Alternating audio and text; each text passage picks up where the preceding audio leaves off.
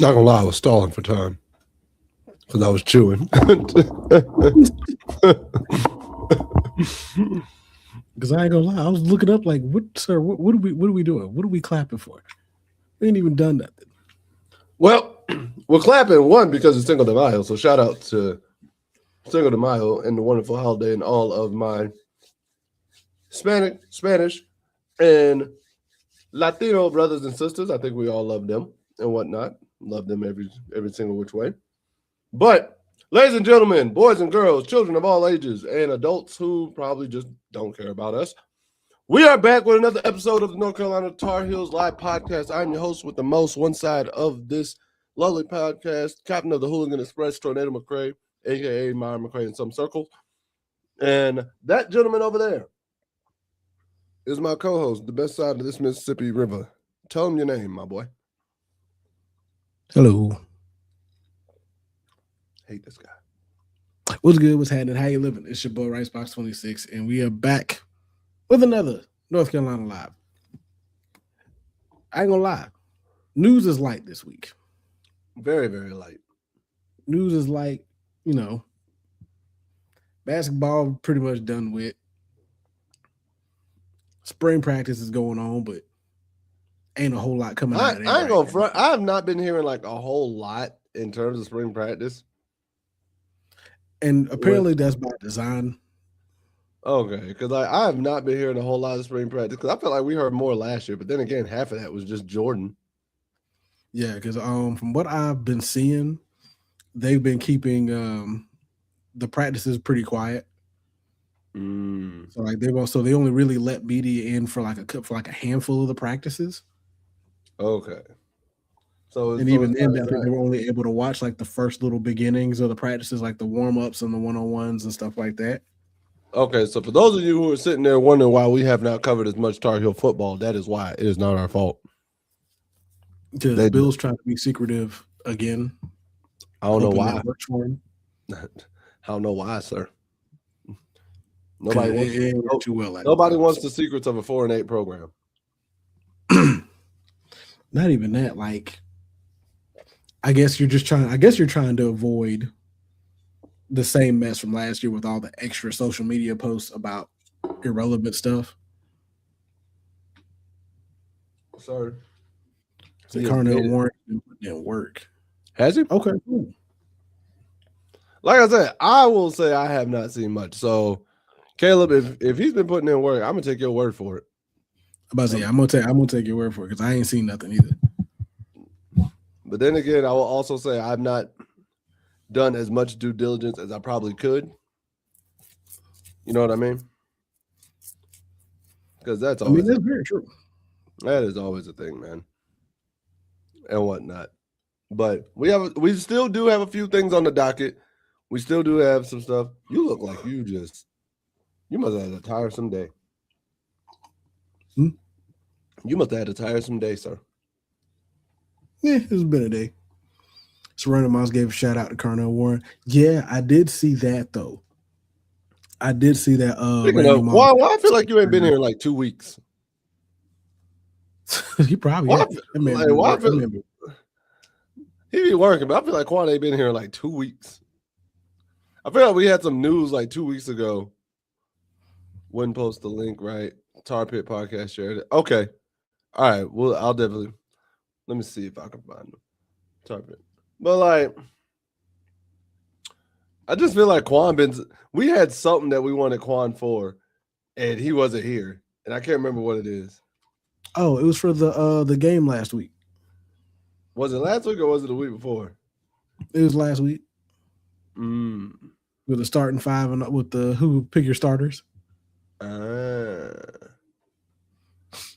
it was a piece of news that we had too that Quan needed to be here for. That's what I'm saying. There was some news here that Quan was supposed to be here for. It was Dallas related. Greetings, yeah. You remember I told you all Moss was dragging on about him. Yeah.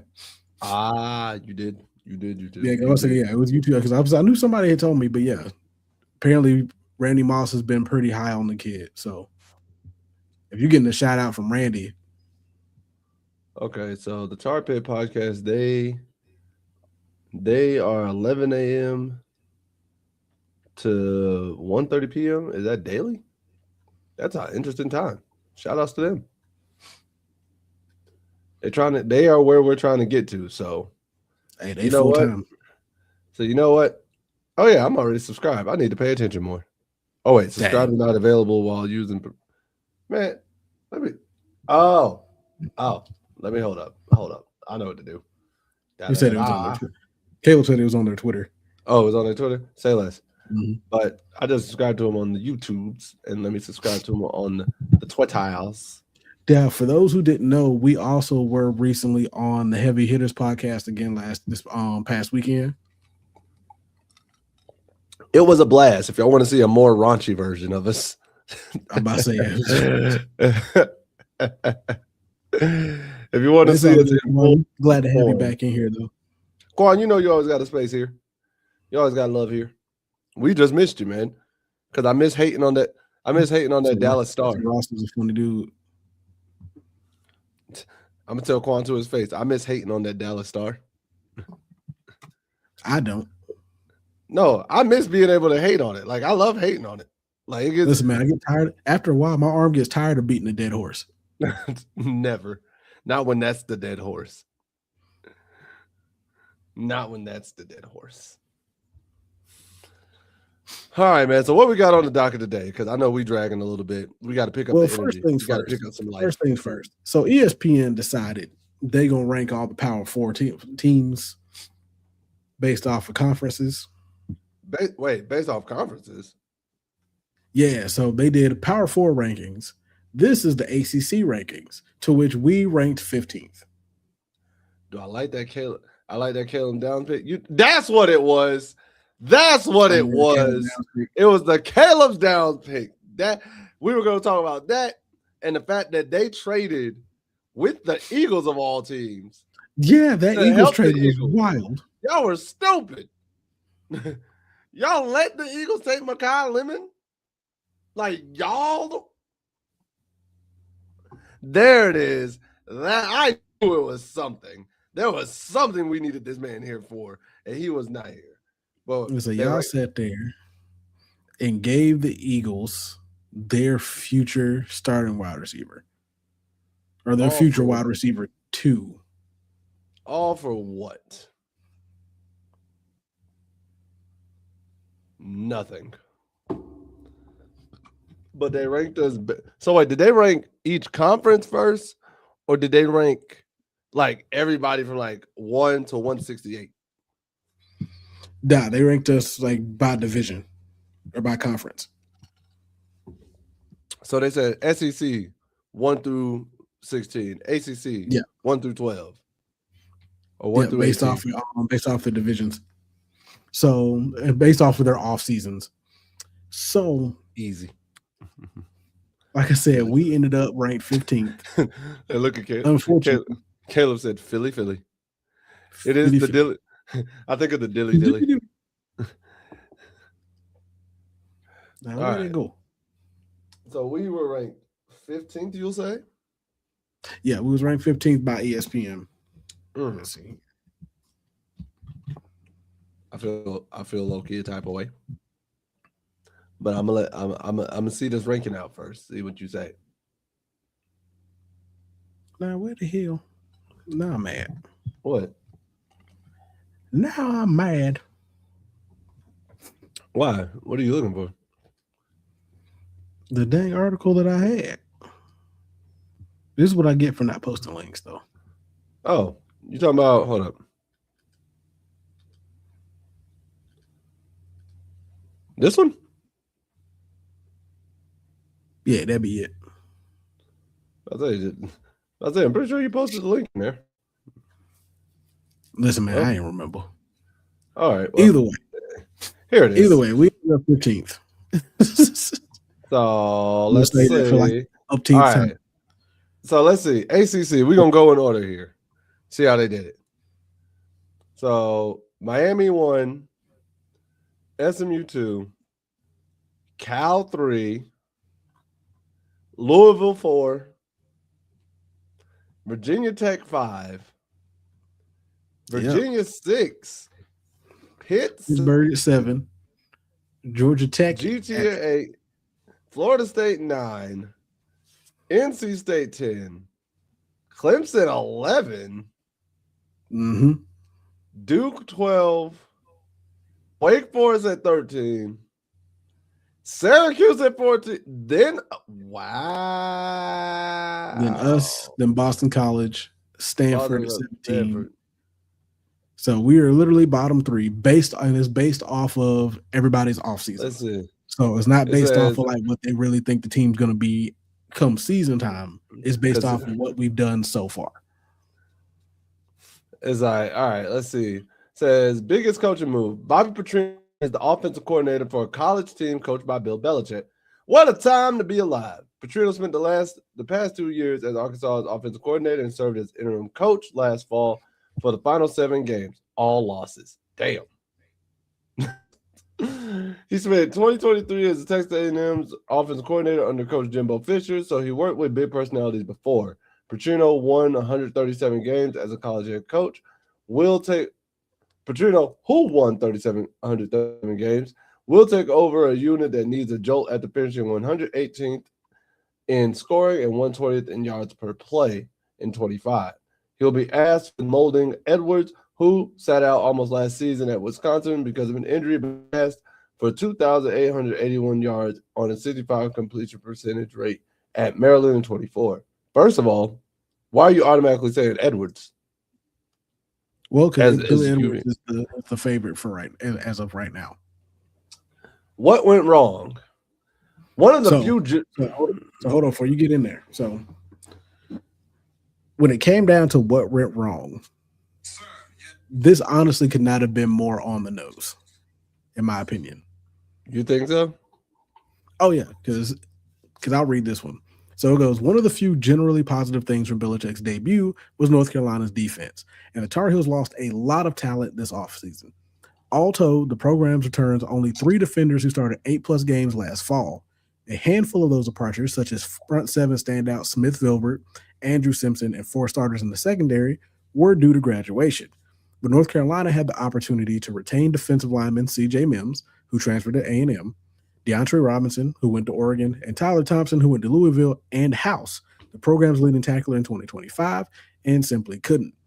Offensively, the Tar Heels' hopes of turning around the nation's 111th passing attack, which rated 183.5 yards per game, hinged on a pair of relatively question marks surrounding Edwards and FCS transfer Taron Dickens.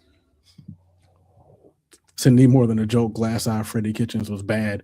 And tell you the truth, there's another thing that I'm gonna talk about that'll get me on Freddie Kitchens again. I feel like pause. About to go. You know what? It's May 5th too, so you about to go Revenge of the Sith on him? Revenge of the 5th on Freddie Kitchens? Not yet. I said on. Oh no, I said on. That was in response to your pause earlier. Just on, not in. But so you feel this looked effective but didn't work? Absolutely. That's fantastic, by the way. Hey, but see, this is why Caleb is This is why Caleb is in the family. He immediately got accepted to the family. Yeah, no, so I can say they couldn't be more on the nose. Like, we lost a lot after last season, and I mean, but can you be surprised though? Are you surprised? I'm not surprised. I'm surprised, but there are some pieces that I thought we would have had a better chance of keeping based off of how the season ended for them personally. But I also think with the next topic that we have on this docket is probably going to give a better explanation as to why you didn't keep these guys. Yeah, I can see it's a little upsetting in my personal opinion. Because, bro. But it also answered answered questions we had and confirmed thoughts that we had on the season, on the year we had last year. Yeah, but even with that though, at least there's like a what went right page or what went right section. You know what I mean? Oh yeah, everybody gets a what went right. I mean, still, some people don't. Like, I think I've seen some that's like just 2 sentences. It's like, what went right? You existed. I mean, but you had something in there. You still have you still have a team. Funding. Exactly. It's better than it being empty. Funding. They could have said nothing. Nothing went right. But it said what went right. Petrino made a gas in God, dog, English hard. Made a gas-producing hire. I'm in Spanish mode today because I was literally Petrino made a gas-producing hire, but the 65-year-old coordinator knows how to move the football and has built a career on turning around offensive quickly. Don't let me lose like this. I can defeat the words. You got it. I'm afraid. I'm a big boy. I got it. You are a big boy. Time to put on your big boy pants and read this paragraph. There you go. In the Naruto PJ. It wasn't all bad for North Carolina on the retention front either, as the Tar Heels held on to leading rusher Damon June, breakout wide receiver Jordan Shipp, and star edge runner Melkar Abujade. And Belichick and North Carolina general manager Michael Lombardi bet on potential over the past production in the portal, adding Kekahuna, a Wisconsin transfer, plus 4 portal newcomers to an overhauled offensive line unit. Conversely, Richmond transfer defenders Donovan Hayalode and Peyton Seelman, a pair of All-Patriot League selections last fall, bring loads of proven experience on defense. North Carolina's early investment in high school recruiting under Belichick ultimately paid off with ESPN's number 14 class, one of the deepest in the 2026 cycle. Yeah. You just couldn't let me have nothing.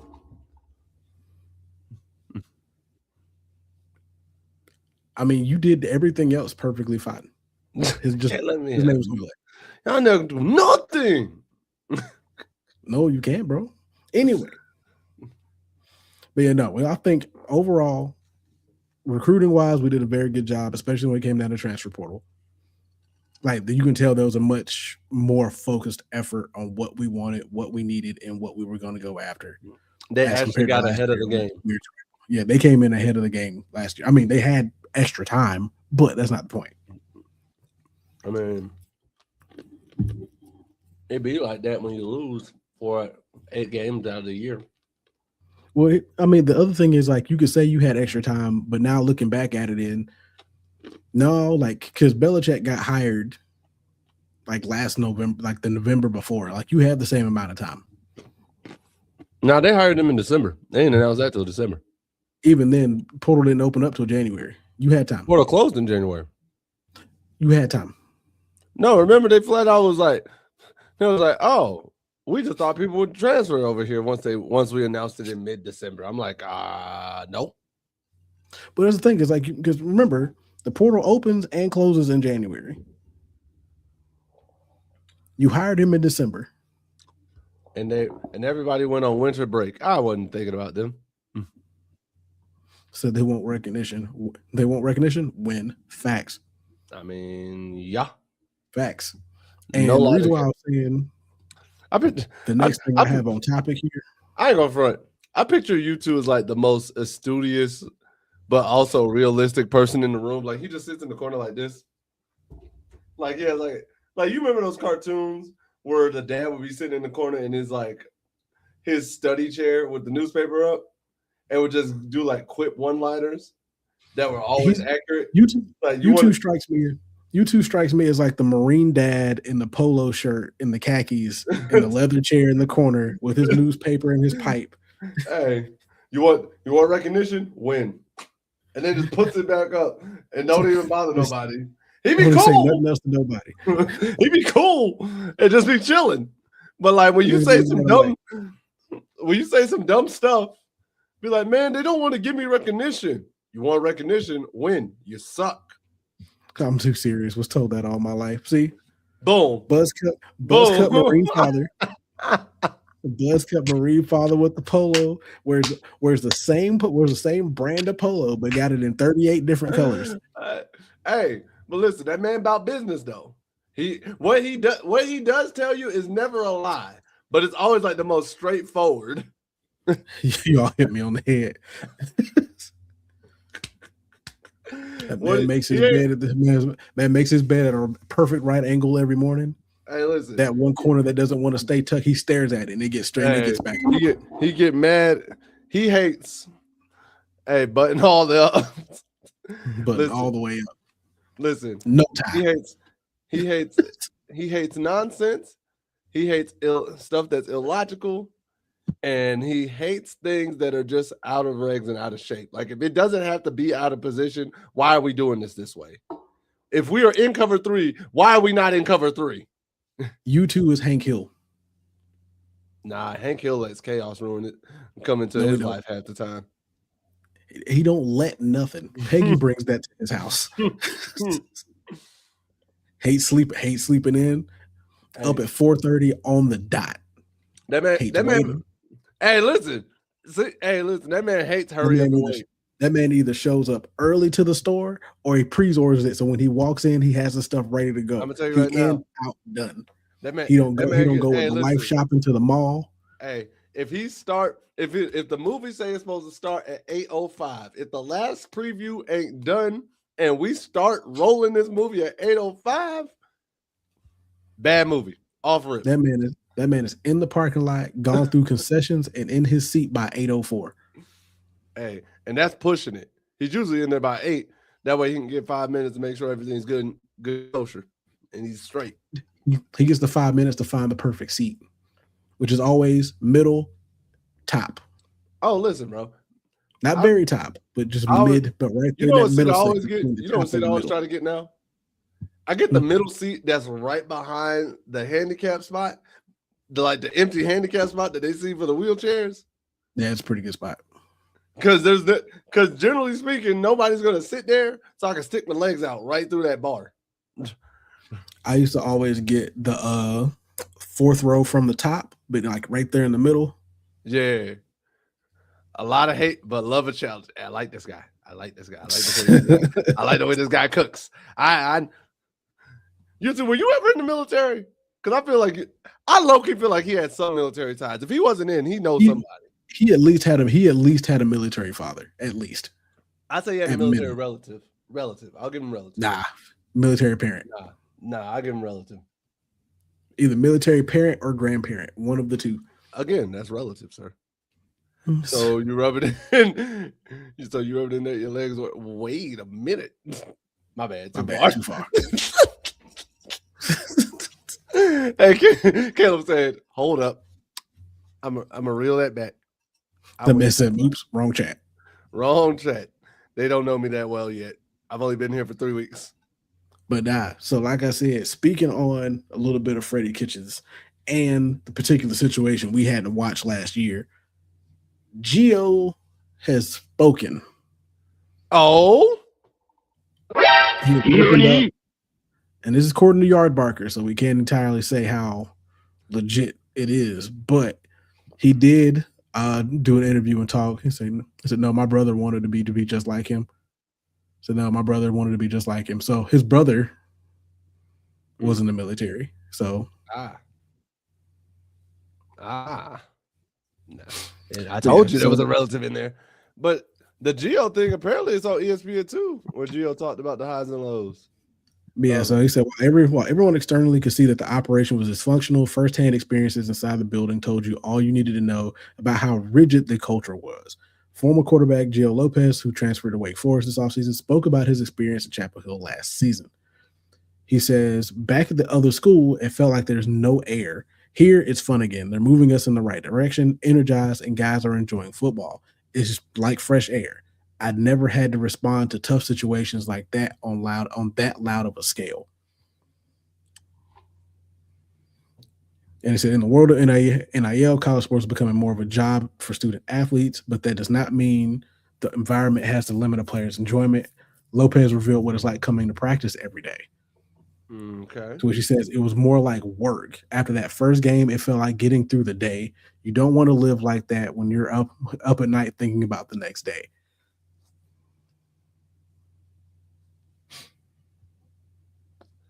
And Gio's dad, Barney Lopez, revealed that North Carolina's offensive scheme was restrictive, preventing the quarterback from operating outside the play's call structure. This overbearing weight caused Lopez to lose enjoyment of the game.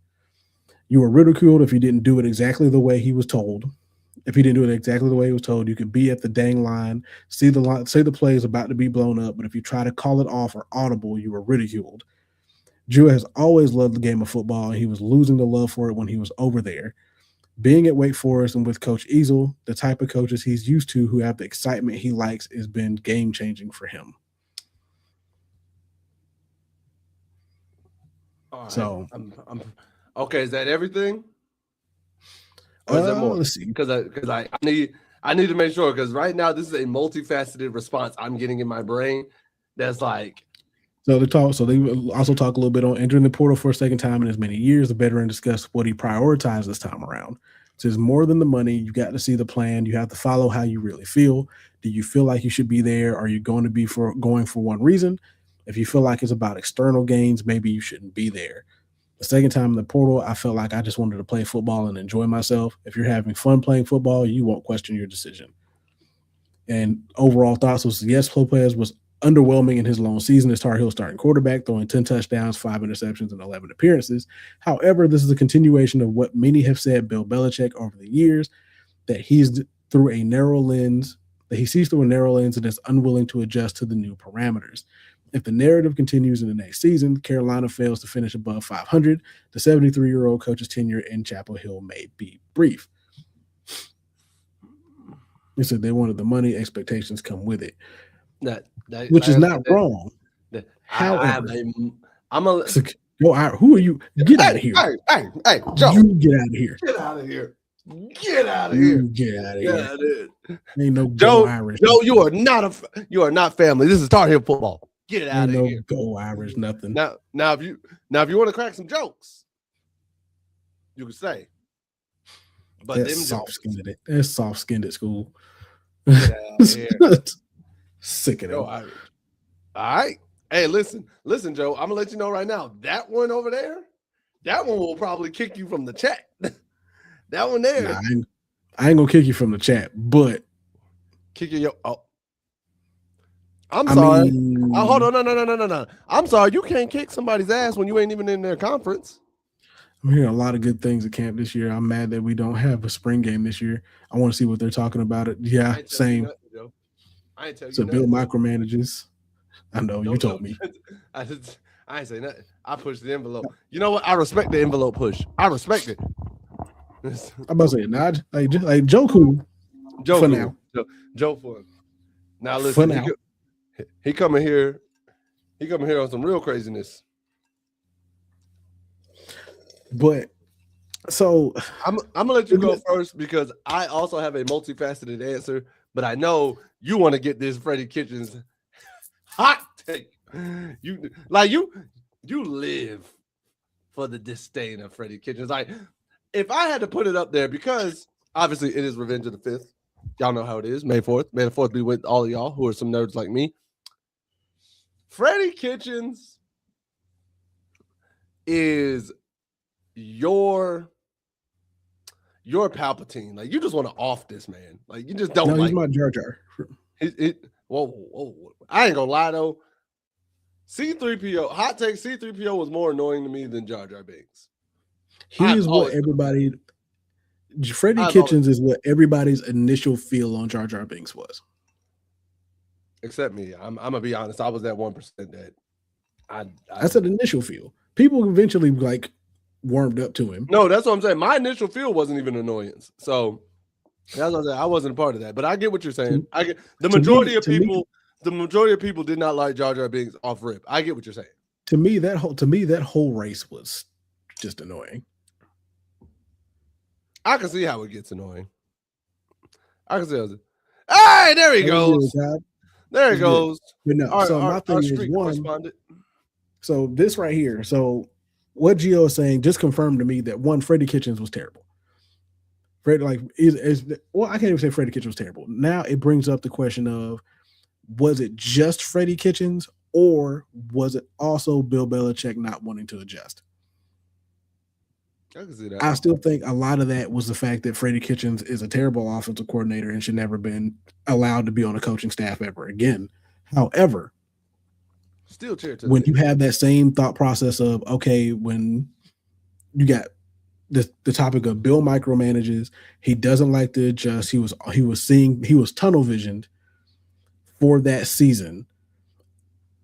And I think that was a habit that he was into right before he left New England as well, was that you saw there was a particular structure that he tried to keep and just was not adjusting off of it, and it just no longer worked.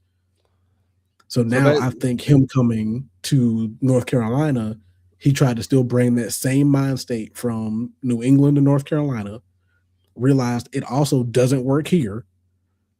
Mm-hmm. So I think him going out and getting Petrino is a sign to show that, okay, no, I need somebody that knows this level of the game and is also one, I know well enough that I can sit here and say without a doubt, he's going to be able to run an offense that's going to be successful at this level, and I won't have to go and micromanage that. Or I won't have to try to make adjustments that I don't understand yet. That's what I'm thinking. Okay. So Cobb wanted to know what at least he was a tight end. At least Mac knew he was a tight end coach. Right.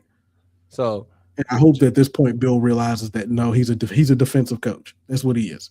So Gio, offensively, that guy.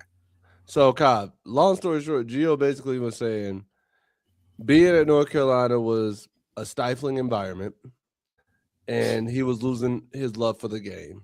He said it felt like work more than play, and his dad chimed in saying basically even if you tried to make a slight change, if you didn't do it the exact way that there was like the ridicule team called it, you'd get ridiculed and get ostracized for doing so.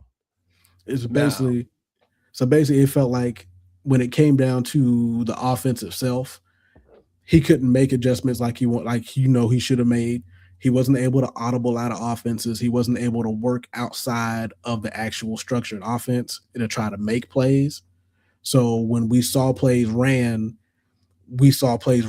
as they were drawn up, nothing more, nothing less, and we got what we got. Yeah. So, let's see. In my worthless opinion, Gio admitted that he pissed down his leg, but it was terrible. I can see that with Bill. So I'm gonna say this. And like I said, this was Mac was like Brian Kelly was to Notre Dame. He was the guy you needed at the time, but it wasn't what you need now, which is facts.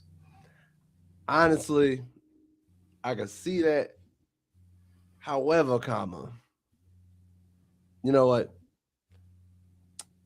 The Kellys are low-key some dicks, bro. Like Chip Kelly and Brian Kelly are low-key some dicks. But at Notre Dame, I can see what you're saying. I get that. Brian Kelly was the guy that you needed at that moment, but you don't need Brian Kelly today. Yeah. I'm going to say this. He was good for you then, but he's not good for you now. I'm going to say this. This was a multifaceted and multi-leveled answer and response I was about to give because it took me on a roller coaster, right? Because at first I was like, okay, Gio, you're in the wrong. Maybe you're in the right. Oh, when you put it like that, you're in the right. You're in the wrong. So that's why I say this was a multifaceted. I wanted all parts. Now, do you want your job to feel like a job, like a tedious, mundane thing? Like, do you want to feel like that? No. Everybody knows you want your job to feel loose, easy, good. Like you can go into it, do your thing. But when it comes to being a high-level, high-caliber player in a profession, in a sport, you're going to have those dog days. You're going to have moments where you have to put in that extra work. You have to be like, yo, this is work, bro. This is a lot of work because that's what makes you great. I am more than sure there were plenty of days, Tom Brady, Drew Brees, Peyton Manning, even Patrick Mahomes, Lamar Jackson, like you don't win league MVPs and get greatest players and things of that nature where it's always fun and it's always easy. Caleb, I'm the same way.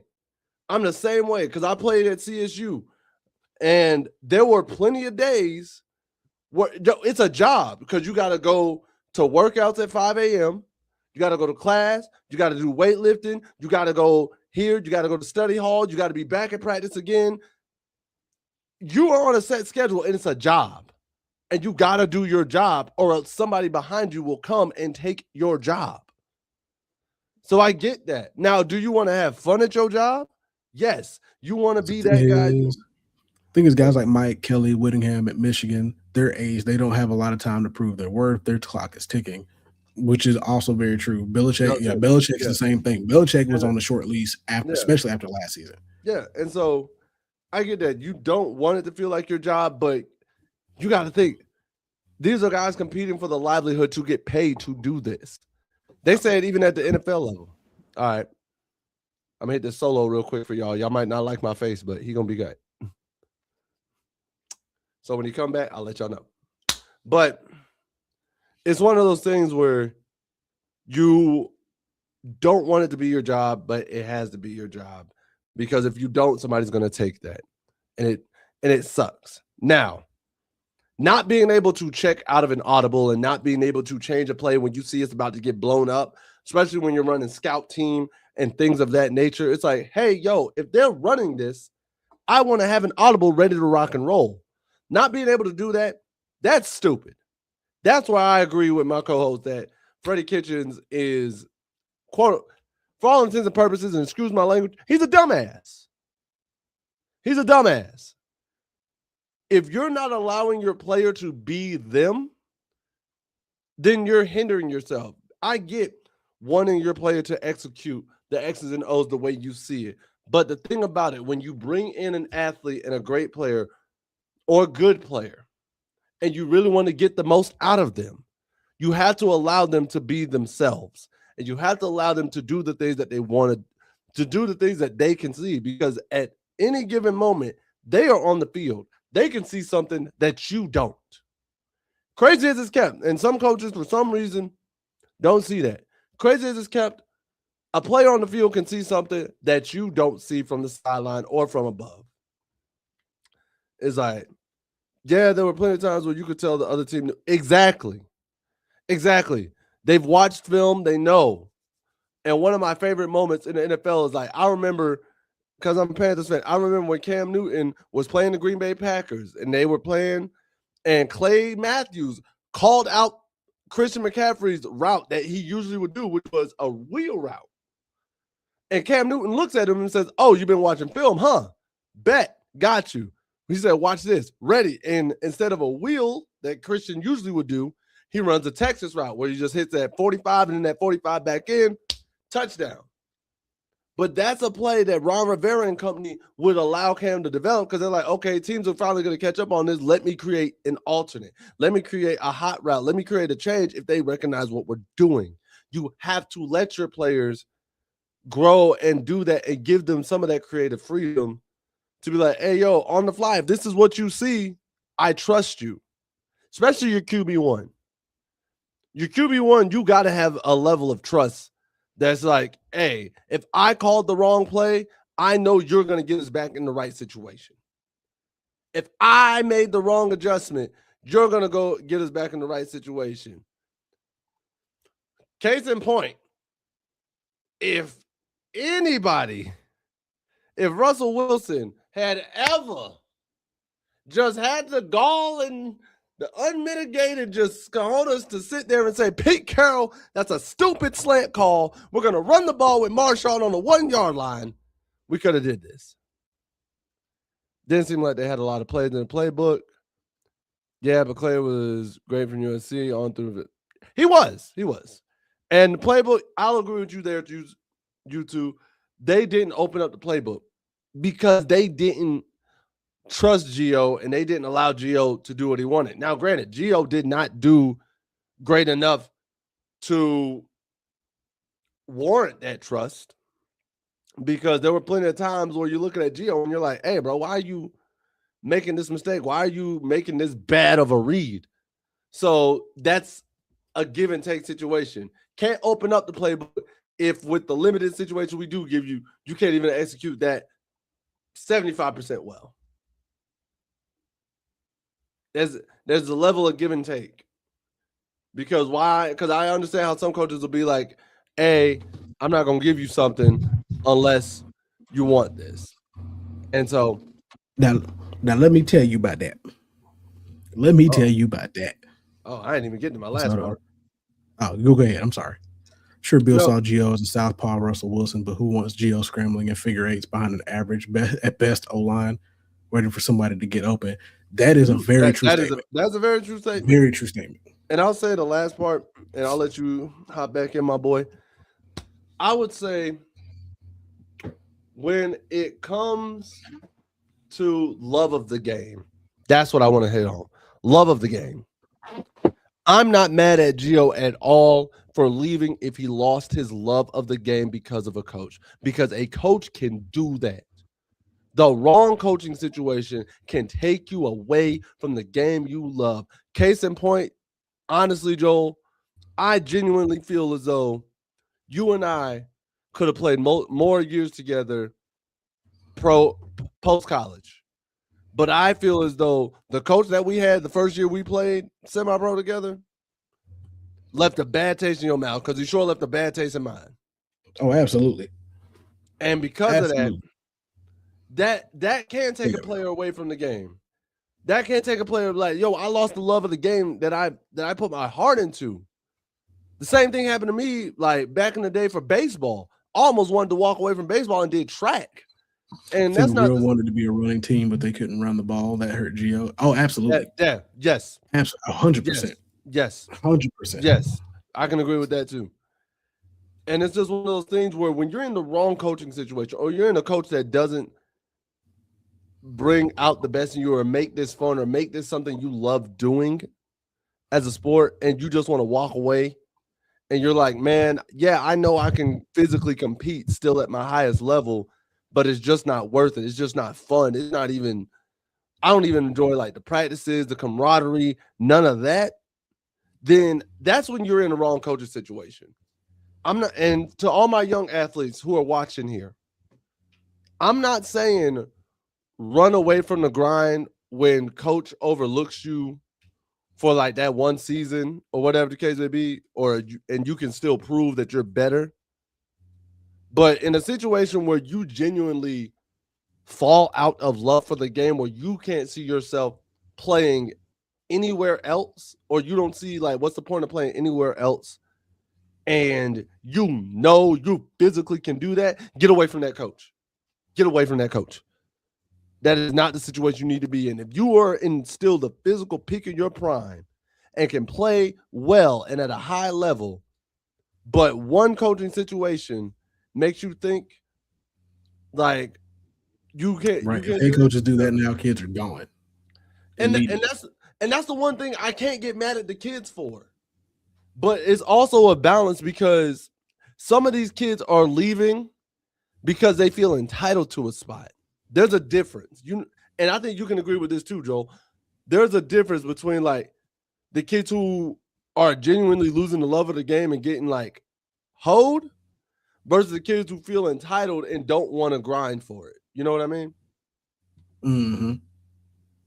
So I apologize if y'all heard my soapbox and y'all ain't like it or anything like that. But that I feel like that was a multifaceted answer. I just had to get my take off on that one. And I don't disagree with you on any of those points. One of the biggest things, especially when it came down to Freddie Kitchens' offense.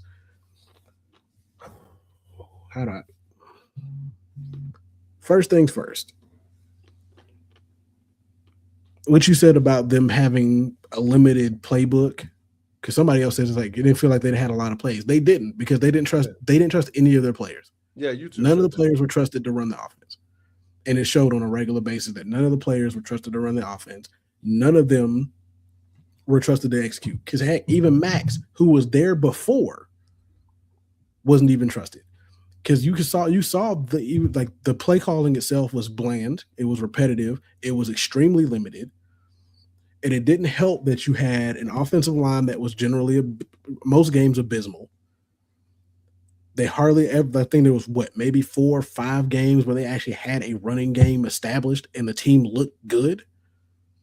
Because you can tell overall they built the offense itself to literally be nothing else but a run-first team. It was a run-first offense, and that's all they planned for. So when it came down to actually getting the game ran the way that you want it ran, there was absolutely nothing you could do. I love Cobb. He's just like, so are we saying we're going to be not good this season? That's not what we're saying at all. That's what we're saying, man. Joe says, and their culture changes, which is another reason to leave. That is true. Caleb, kids think they're owed a spot. You ain't the only all-state or all-district player anymore. Everybody on the team has one of the best players on a high school team. You're not the top dog. It's like, I heard kids are now demanding to be paid just that, and that's why I say there's a level of balance. UNC Petrino, I heard he wanted to control the offense before he joined, and which is important. He needs to be able to control. He needs to control the offense. Bill needs to have no part in that. And that's why I say they might have saw themselves protecting Gio from injury or general wear and tear. If Cam can get worn down, like little Gio is going to be an injury report. Here's the problem, though. When you saw his game at South Alabama, and what drew you to him was his ability to move around the pocket and what was it? Basically just pill and just do stuff on the fly and adjust when he needs to. Why would you not build an offense that allowed him to do that? Why would you not have an offense that allowed him to do that? It only makes sense. Petrino would have been great hiring. I mean, exactly. Well, he's going to be, or at least he better be. Hampton, the last dog we had. I can't say that because I think Demond June's a dog. Melcart's a dog. Demond June's a dog. Jordan Ship's a dog. I got to give him credit where credit is due. And the reason why I say that, because like many others that they could have easily run from coming back here and going through another coaching change. Especially Jordan after he had planned to leave last year and bit the bullet and came back, he had more reason than anybody else to go ahead and just dip.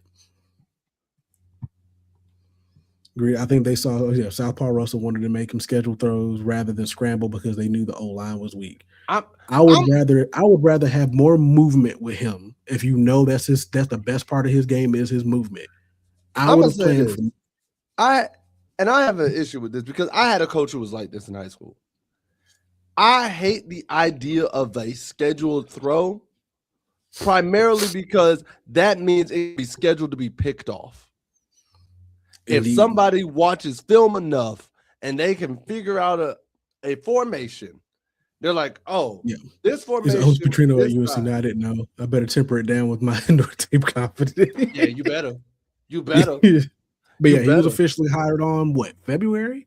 Yup. Yeah, he was officially hired on after last year. I've never liked the idea of scheduled throws. Now, granted, I understand like, okay, certain scheme, certain time, and like, hey, yo, we're running this play in this situation. These are the plays we usually run in this situation, X, Y, and Z.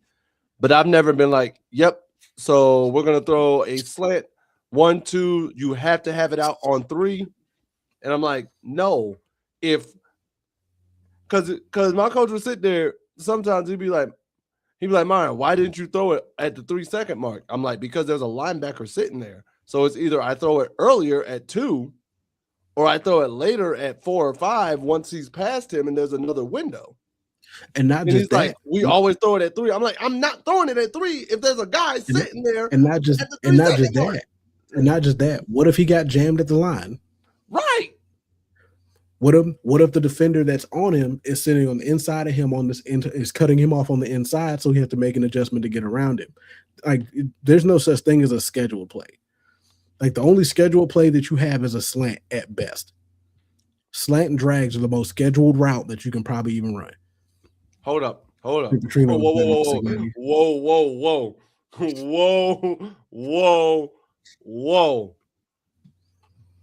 Signetti just went 15-0 and won a national title. I can't say Petrino better than the man who took Indiana. Because I'm sorry, there's not a soul in here that's going to sit there and tell me. Gio really is a scrambling at Wake. I just think he was a desperation signing for a late staff grant. No, he definitely was. A lot of those guys that we signed last year during the transfer portal were late scrambles. They even like Lombardi and Belichick even admitted themselves like they weren't prepared to deal with the transfer portal when they got to it because they just thought the name itself was going to bring talent to the school, and they found out that's not how this works. Hey, show us where sick touched you. Listen, I'm sorry, bro. I'm not gonna sit there and say Petrino better than Sig. I can't say that, bro. Like Signetti just took Indiana, and I'm looking y'all dead in your face. Not a single soul of you, myself included, picked Indiana in preseason to win the Natty this past year.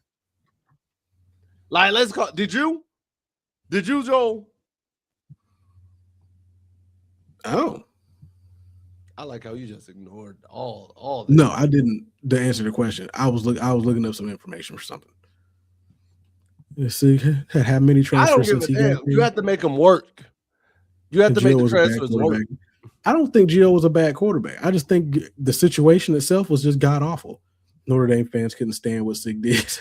And by the way, guess which team was the last team to beat Signetti? I don't care. Signetti went out and did what he had to do. I mean, here's the question. Did Signetti win a championship or did Notre Dame win a championship? Because I'm pretty sure we know the answer to that question. I'm just saying. I was okay with Sig winning.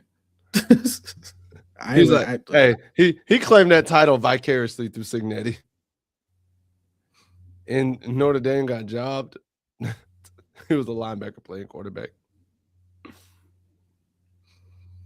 So they had Mike Shanahan was the offensive coordinator at Indiana. This past year? Mm-hmm. Different Mike Shanahan.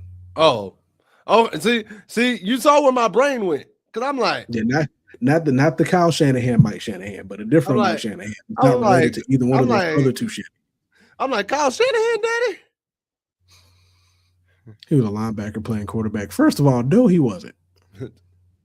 He was a running back playing quarterback. There's a difference. Wow.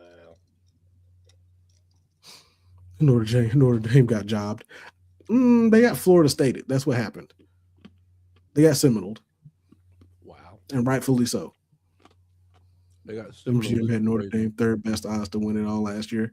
Conference of ESPN didn't want them to play. Then join a conference and then end the conversation. Ooh. Then y'all whined enough. Then now y'all have 3 years worth of a guarantee. Here we go. Y'all done got this man triggered. Here we go. Like Notre Dame is the only school I know of that can go and they can whine and moan.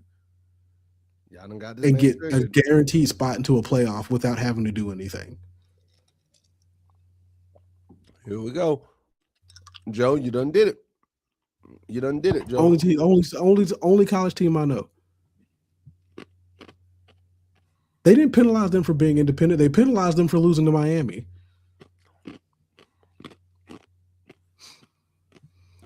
I wonder how this O-line talent is and how they'll play under Petrino. Also, which freshmen throughout the roster earned early snaps? I don't get that. Because unfortunately for Notre Dame, yes, you're independent. I get that. Cool, whatever. You do it for the money. No big deal. However, when you're judged, when it comes down to conference-wise, you're judged with the ACC because the rest of your school is an ACC team. And you still lost to Miami, and it was down to the last 2 spots. Miami got the last spot. Yo, my dog. Reminded me of Chaz Surratt from quarterback to linebacker. He should have been a linebacker all along. I mean, he just got drafted as a receiver, though. Shoot. CJ's first career start. I mean, good for him, though. I'd like, so, like, talent-wise, Notre Dame has the talent. He just hates that y'all don't. Don't do that, Cobb. I ain't gonna lie. I don't know if you saw my face and how triggered I got. Hey, I gotta hit the like button. Hey, Notre Dame is the kind. Y'all don't understand. This man's never lose. Always hold up. I need y'all to understand something. This man saw the trigger in my soul. Too many teams in game 1 are the same as the end of the season. Yes, honestly, apparently for so. me, yes. Honestly, for me, yes. Yes, because if it is on the your argument schedule, came down. It matters the same amount. I don't Because unfortunately, Joe, the argument came down to did you or did you not beat Miami? Because it came down between the two of you. You did not beat Miami. That's point blank, period. And then the fact that you weren't in the conference didn't help you either, because if you would have had a better conference record, then you wouldn't even have had the conversation. Hold up. Not being objective, sir. I hold this. Him and I both hold this understanding for anybody. I hold this same understanding for teams that are in conferences. I hate the fact that Alabama can go and lose a game in week 1 and still get put into the conference championship. I hate the fact that University of Southern Cal can lose a game in week 2 and 3 and still be a top 25 team by week 9, even though they got smacked by 45 in those 2 weeks back to back. I hate the fact that Ohio State themselves can lose a game. The only reason Ohio State gets knocked out of stuff is because they lose at the end of a season. Ohio State they lose to Michigan at the end of the season. They lose to Michigan at the end of the year. If Ohio State loses to number 3 Penn State, number 4 Indiana, number 2 Georgia, all of a sudden they're still a top 10 team. But God forbid losing at the end of the year for some reason makes a difference. No, I'm objective. If the game's on your schedule, boom. Once again, join the ACC. Now look at this. Join the ACC. Right, and you won't have to worry about. All right, Joe. Check this out. Check this out, Joe. I'm gonna put it to you like this: you lost to a team that lost to 2 unranked teams, which means you would have lost to those 2 unranked teams. That's how they looked at it. That's how they look at it. But once again, just join the conference. Argument you just made. That's how they would look at it. You lost to a team that lost to 2 unranked teams. Like the Bears. SEC controls the BCS. Oh my God! Don't talk to me about the BCS era. I'm about to say we're not even gonna talk about the BCS era. BCS era is great. Oh God! But Joe, to the thing is, once again, the biggest fix to y'all's problem when it came down, especially to the situation last year, join the ACC and just dominate the ACC, because you could easily do it. So it ends the conversation. Clemson then fell off. The ACC is wide open. You could literally come in, run the ACC. Joe, it's not. Here's the thing. It's not the fact of the matter that you lost by 4 points. It's how you did it and who you lost to. And you lost to a team that you flat out pointed out lost to 2 unranked teams. So if you lose to them, if you lost to this team that lost to these 2 unranked teams, the committee is literally sitting there thinking, okay, logically speaking, that means you would have lost to those 2 unranked teams. In fairness, the movie Rudy is overrated. Oh my God, the conversation we just had about the beer, I don't disagree. It is overrated. Nah, I just thought about the conversation we just had about Rudy the other week. Yeah, but the reason why, Joe, is because because at the end of the day, if you join the conference, there's no longer any question on whether or not you deserve to be somewhere. Also, A&M and Miami were ranked. Miami at midseason lost 2 games to unranked teams. And guess what? They were still ranked by the time they came in. And to be honest, they were also robbed of an ACC championship. I don't know why they gave it to Duke. They gave it to Duke because Duke had 2 more points scored for them than Miami did. That's the only reason why Duke even made it in. Plus, let's be Duke real. wasn't even supposed to be in the ACC championship game. Plus, if we're being honest, there's a reason why Notre Dame doesn't remain. Nah, that wasn't gonna happen. There's a reason why Notre Dame doesn't remain independent for basketball. Because it's literally just football. Like, it is literally only independent for football. It's just the money deal. The money rights and the money. And like I said, once again, I get it's for the money. I'm not mad at that. You got a great contract when it comes down to getting that TV deal. They were back in low rankings after 2 losses, and they were right behind y'all in rank. They were either right above y'all or right behind y'all by the end of the season. So even if they were ranked low come mid-season, they weren't ranked low come the end of the season. Gio Lopez has been a pure system quarterback in his career. You have to use the read option and let him throw on the run. You can have the man dropping back for 4 quarters. Facts. And we said that throughout the season. Like, you have to get him on the move. One, he's not a big quarterback. Oh, he's from Florida. That man, I know that man from Florida. Nah, that man said shit. Yeah, I saw that too. That man from Florida, boy. Got more money than Notre Dame from NBC. Whoa. No. As a singular team, as a singular team, y'all got way more. Y'all got a way better TV deal than anybody. A singular team for a singular team. For y'all a got a better deal than y'all got a better deal than Bama. Y'all got a better than Bama with the SEC. Y'all got a better deal than Ohio State with the Big Ten. It is absolutely about the money. Singular team. Y'all got the best deal. Now, if you want to talk about conferences, yeah, the Big Ten and the SEC got it, but a singular team, nah. Because think about it. It is absolutely about the money, Joe. The reason why it's about the money is because if you join the ACC, that means you are now splitting revenue with 17 other teams. Notre Dame doesn't want to do that, so that's why they haven't joined the conference. They are. Notre Dame is the most played national team. They do. They do get played a lot. You're on TV everywhere. So any money Notre Dame gets from NBC comes directly to Notre Dame and Notre Dame only. Penn State's not independent no more. Penn State ain't been independent for a while. Penn State's Big Ten. Florida State ain't. Miami Army and Navy aren't independent. Not anymore. Army and Navy aren't anymore.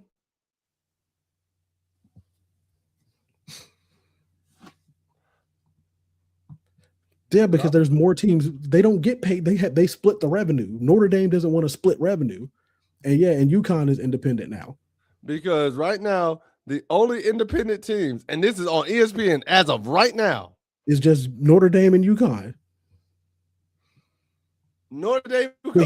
But Joe, you're not getting it. That $30 million is just your $30 million.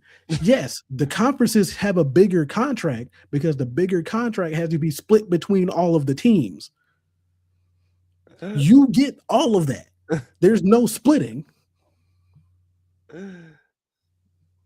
They pick some of the weakest teams in the conferences they get to. You play 3 ranked teams a year, maybe 4. This past year was y'all best year in terms of ranking. It was literally the best year that y'all had. Once again, I would have preferred y'all got into the playoff over the 2 teams that got in there, because Miami deserved to be there. No, hands down, no question about it. Now the 2 group of 5 teams that got in, y'all had an argument against that. Because this is Notre Dame's this past year. Yeah, Notre Dame is his own brand. Miami, Texas, Purdue, who was 1 and 2 at the time, Arkansas, Boise State, NC State, Southern Cal, Boston College. Oh, I'm sorry, that was their win-loss record. Apologies. Boston College, Navy, Pitt, Syracuse, Stanford. Now, you just saw Syracuse and Stanford were the bottom of the ACC. Boston College was the bottom of the ACC. Now, you two said it's not 30 mil, it's 50 mil. Oh, Lord. Hey, you two on your neck, bro. It's done. He said Notre Dame isn't going to join the conference anytime soon. Notre Dame wants all their money. That's what we've been trying to tell him, Quan. He ain't listening. And guess what? And nothing against Notre Dame, but that is y'all's fault for agreeing to that. Y'all joined the ACC as a school. Y'all left y'all's football team out separately because y'all want all the money from that football team coming to your school. Great, wonderful. But that is not our fault that y'all now have a weak schedule for playing 5 to 6 ACC teams. That's not our fault. That is not our fault. There's a Catholic joke in there, but I'm not going to. I'm just throwing out years, bro. Just throw out a year. I just want to see what happens. It was stupid. The only year Notre Dame actually joined the conference was when they was. Because you're not in the conference. You don't get to play in the conference championship because you're not in the conference. Once again, that's another argument that would go ahead and end every woe that you got about getting in the playoffs. If you go and win a conference championship game, guess what? You're automatically in the playoff. Hey, I'm gonna throw this hypothetical out there. There's a Catholic bias. No, there's not. Okay. Hey, here's the funny part. So 2018, right? As we can all see here. 2018, Notre Dame went 12-0. From what I'm looking at. They went 12-0. Had you been in the ACC, you know who you would have played?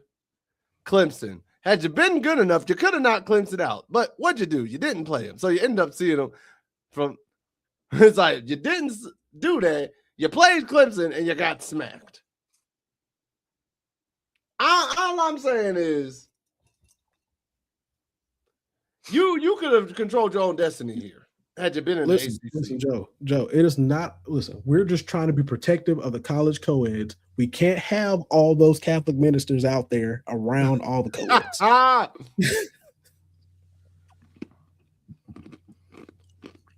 Listen, I don't know what to – I just randomly picked the year. I ain't even going to lie to you, Joe, because this is the thing.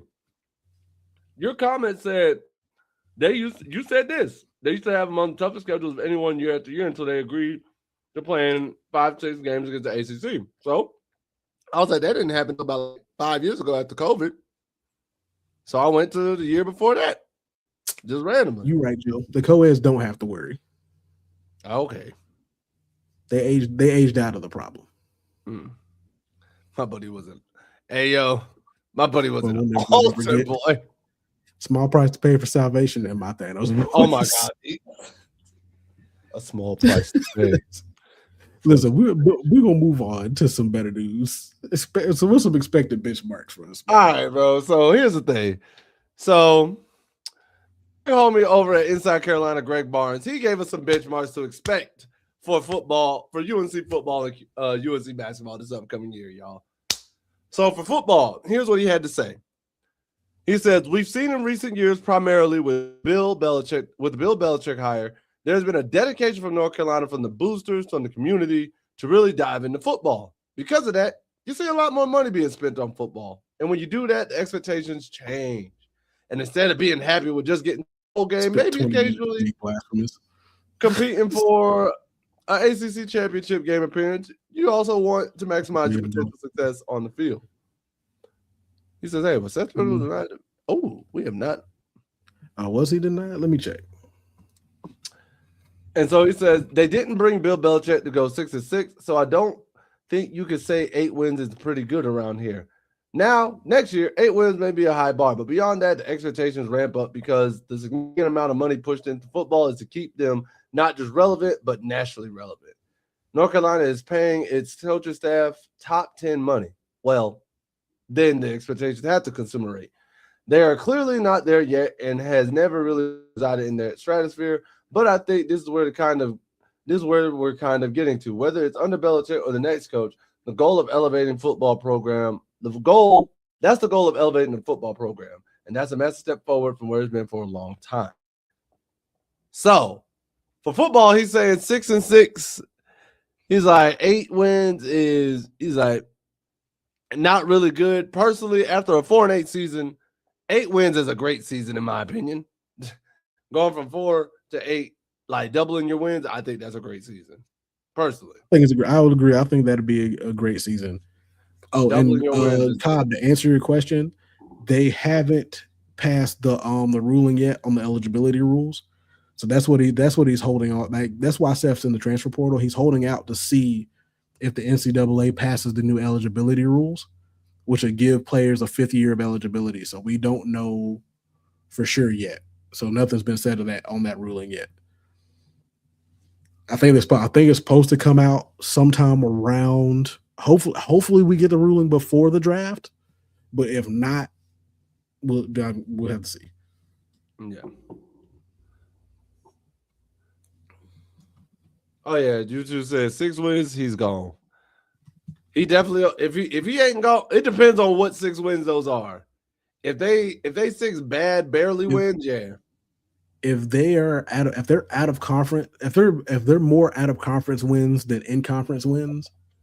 So if you're not if you're not top half of the conference by the end of the season, then he's definitely gone. If he's bottom 3 of the ACC, he's out of here. Yeah, if he's bottom 3 of ACC, he's absolutely gone. It don't matter if he got 6 wins. If he bottom 3 ACC, he out. Absolutely. He out of here. And then for basketball, Greg reports like this. He says, in basketball, Dean Smith has built a legacy on consistency, and Roy Williams probably had more highs than Dean, but had more lows as well. That said, North Carolina is paying Michael Malone what we believe to be the second highest salary in college basketball behind Bill Self. And we also believe that general manager Jim Tanner is likely to be the highest paid GM in the country. Expectations are part of that. Going on about and it's not just expectations next year. that I did see that. I did see rumor about that, about them expanding the playoff bracket to 24 teams. Why? We're not ready. Need a season to shrink it, Bill. They got Google that Notre Dame makes 50 mil, but he didn't say that from early 2000 to 2030 Notre Dame was making 8 mil a year. Here's the thing. They were still making more because I guarantee there was no SEC network or anything like that. There was no SEC network. There was no ACC network. There was no Big Ten network. Notre Dame was still the most nationally televised team, even when they were bad. They were like the Cowboys. They were like the Detroit Lions on Thanksgiving Day. Detroit always gets a game on Thanksgiving Day. The other thing is, 100% of 8 million is $8 million. So I tell you, independent, it is about money. Why would you say okay? If what is the purpose of remaining independent? If not for the simple fact you don't have to share the revenue with anybody. Because clearly, if it was about schedule, you would schedule all the hardest opponents possible to prove to the world that you can beat anybody. To play who you want to play. It's the weakest guys. Do y'all think Malone was a reach? I don't think Malone was a reach. I think he's gonna work out. But Joe, to play who you want, that's fine, and you can. That's one of the best perks. The other thing is not about how much you're getting paid; it's how much of the split you're getting paid. I would agree. You're not having to split the funding. No, it's already been stated multiple times over. ESPN, NFL Network, Notre Dame. Even Notre Dame reports themselves have said it. They don't join a conference because Notre Dame likes to keep their contract to themselves so they don't have to split revenue with other teams. Sure, you may not be making as much as all these other conferences. We get that. We're not arguing that. But we're telling you, if you get 100% of $30 million a year, it's still $30 million a year compared to a 1/16 of $30 million. Hold up. I just gotta check. Hold up. They don't want no part of the SEC, and Big Ten refuses to play them. That's why ESPN hates us. Facts, they don't control us. We're not worried about that. Everyone knows that. How am I wrong? So you're telling me if you got 100% of $30 million versus 1/16 of $30 million, you wouldn't take the 100% of $30 million? That's what you're telling me. You're telling me if your school had the opportunity to take 100% of a contract deal on the revenue that you're supposed to get instead of splitting it with several other teams, that's not why you would stay somewhere. I'm just saying. Time to Google what conferences make. I'm not worried about. We're not arguing what they're making, bro. We're not saying that you're making more than other conferences. That's not what we're saying. The conferences themselves, great. Yeah, the conferences make a lot. The conference has a deal. All right. So check this out. No, I got you. So check this out. Notre Dame genuinely makes, and I'm looking at it. I will hold up, just so y'all understand and don't believe I'm good. I'm BSing. I just did this right now. And for those who don't think, Notre Dame extended its media rights with NBC through 2029, worth approximately $50 million a year annually. $50 million a year, combined with the additional ACC-related revenue of $17 million. So they get $67 million. Here's the crazy part. I went right next to it, right? I went right next to it. I got one for you. I checked the SEC. I checked what the SEC's contract is. And this is from ESPN themselves. $52 million to each of its 14 members. That's just through 23 and 24. And it's probably set to increase. Because as of 24, it's set to increase to 55 mil from this other. Let me make sure I show y'all. That way nobody thinks I'm just making up stuff.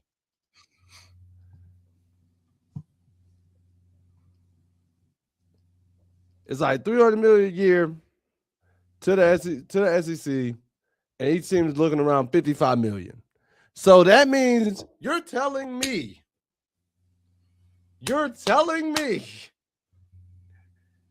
Notre Dame by itself makes 50 mil plus an additional 17 mil.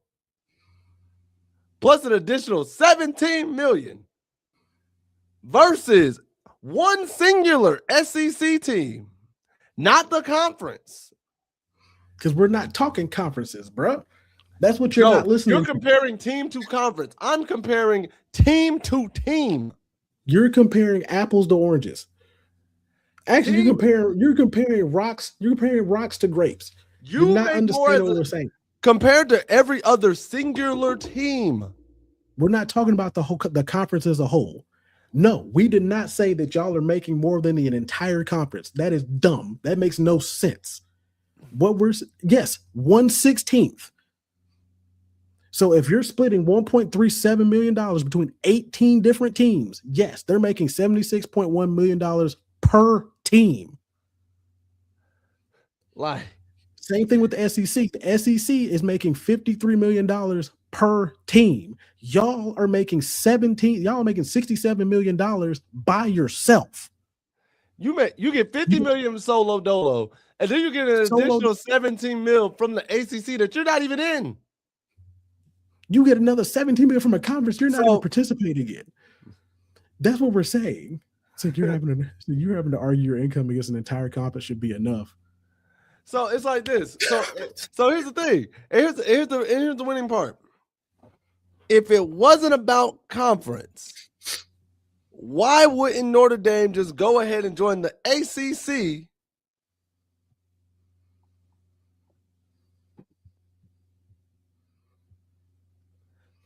No, they wouldn't.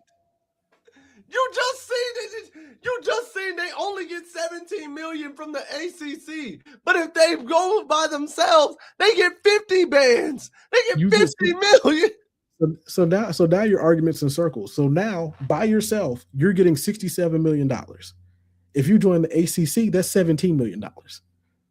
And it'd be less because now the ACC would have 18 teams. So you'd probably get 15 mil.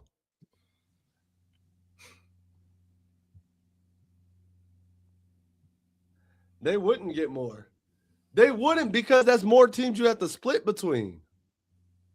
And on top of that, the way the ACC is doing it, they're going to a 60-40 split. They're basing it off of which team is most popular. So yes, you would have made a little bit more money because you're in the conference because you're a more popular team. So basically saying you're going to get teams like Clemson, Florida State, and Miami are going to get more money than teams like Stanford, California, Duke, and North Carolina. And Boston College. If they join the conference, they get more. You can get more than 50 mil if you join the conference. Make sense. If you join the conference. The football team itself, so football teams in the ACC revenue share breakdown is getting 67.7% of the total revenue. So for this past year, committed at this point. Hey, I respect. He really is. So check this out. From 23 and 24, each team made $45 million. You're making $5 million more than every team in the ACC off your base contract. Then they're giving you an extra 17 million just to play their teams. So what do you mean? You're making more than the ACC teams are. Now mostly conference teams suck? Whoa. No, don't move the goalposts now. Because you said you played the best teams, right?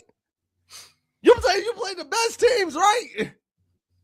I'm starting to think Joe was actually my wife. Wrong or not, she stands on it. 10 toes down, bro. No. 10 toes down. Hold up. He said he played the best teams, right? He played the best teams at the ACC, right? But then you talk about you relegated to playing weak teams. You're playing 5 to 6 of them every year. You agree. We said that earlier. You agreed to play 5 or 6 teams, right? You played the best in the ACC? Okay.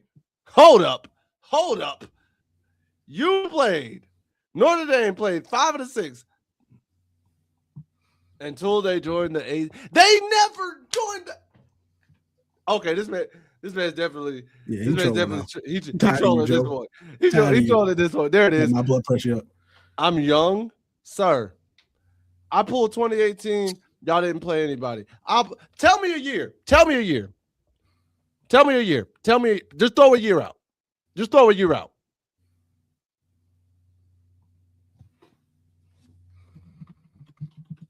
Because apparently I'm young. Throw a year out, bro.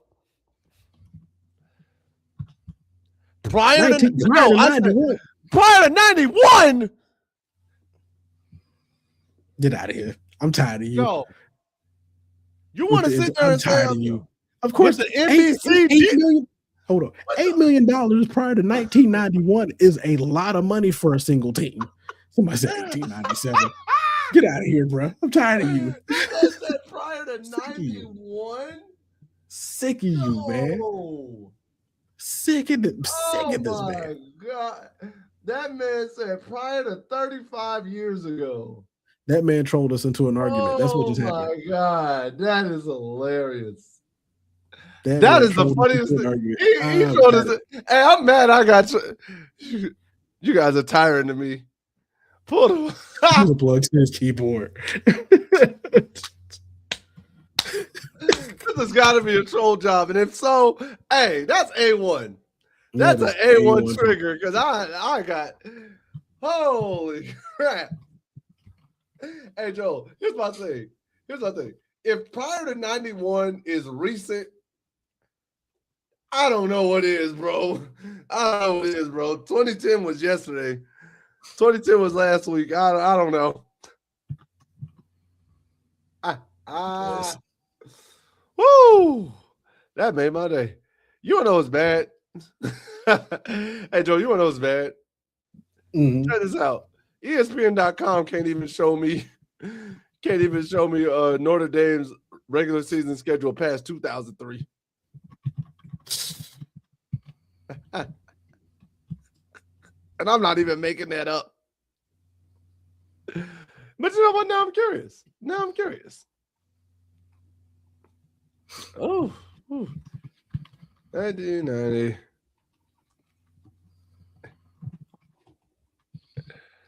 He's a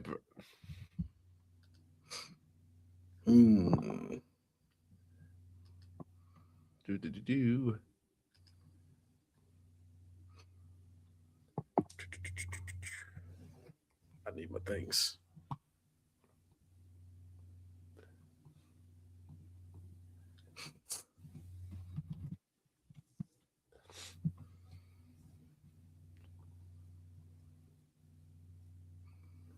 Because hold on, I'm having to redo a little bit of a game here.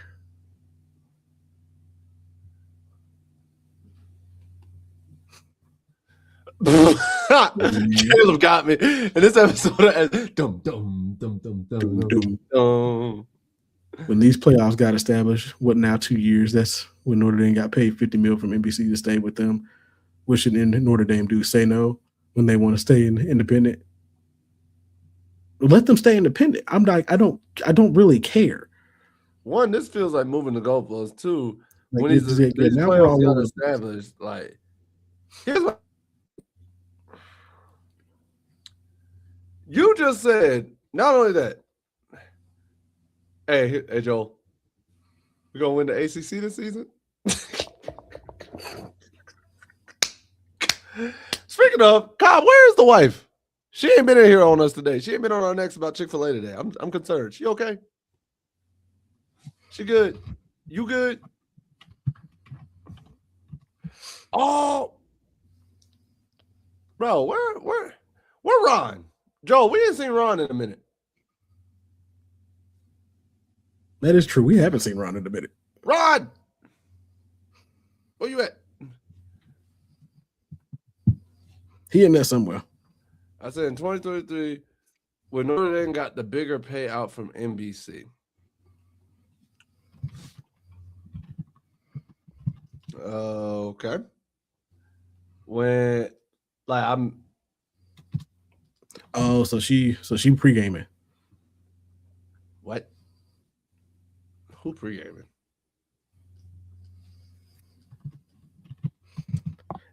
So it's Cobb's wife's birthday tomorrow. Is it? Yep.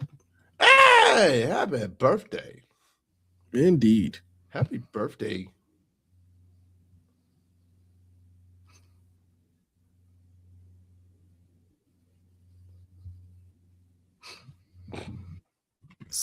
I'm just. I said in 2023 when Notre Dame got the bigger contract payout from NBC. So you agree Notre Dame stayed independent for the money?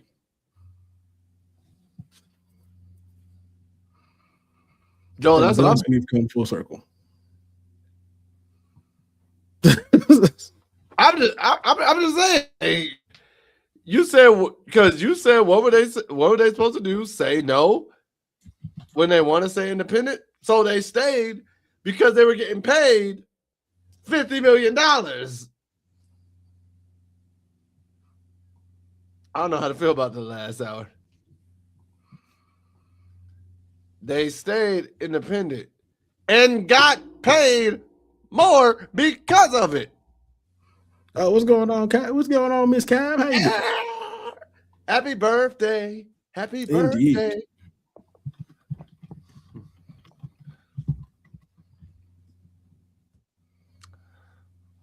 Okay. So let's use some logic here.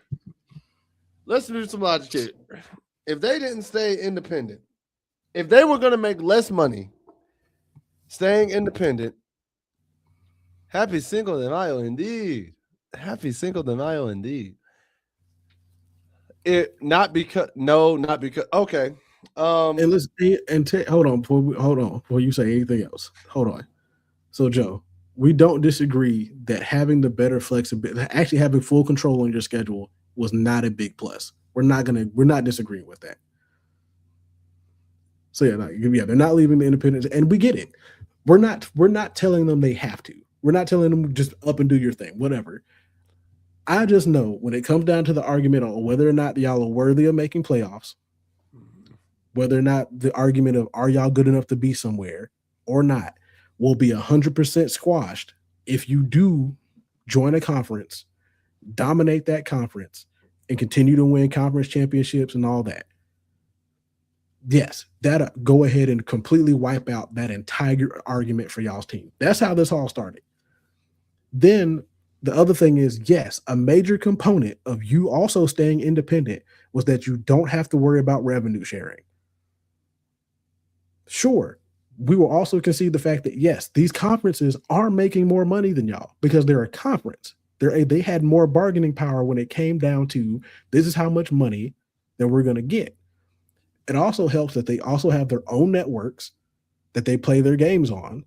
And on top of that, they have more teams that they're able to advertise. It's just y'all by yourselves. However, if we also want to, we're going to have the season 2. However, if we also want to add in the fact that Notre Dame is has a very large and long-standing history of being one of the best football programs in the country and in NCAA history. We're not going to sit here and say that they don't have big pulling power. I'm not saying they do. That's not what I'm saying. All right, let me take it. Let me take it. Hold on. Hold on. Let me finish my thing. I'm not saying they want to join a conference. Nobody in here said they want to join a conference. And cool. If they don't, whatever. Then at the end of the day, the same argument that you're making, that they played tough, like some of the toughest schedules, get back to it. It's not our fault that you signed with the ACC to play weak schools. That's not our fault. That's not our problem. They didn't even sign to play weak schools. You get to pick. They get to pick their schedule. They just have to play 5 or 6 games in the ACC. That's not our fault. That's not. You can pick whoever you want. Fault. That's y'all's fault. Y'all picked them. It's like let me do this. At the end of the day, because no other thing, we didn't disagree in the first place. The end of I the just day told is y'all it would end the argument. I didn't tell you to go join a conference. I didn't say the best thing. I didn't say the only option you have is join a conference. That's not what I said. The best option for you was to join one. The other better option is have a stronger schedule. So we don't want that raggedy team in our conference. Tag me in. Tag me in. All right. Let's put it like this.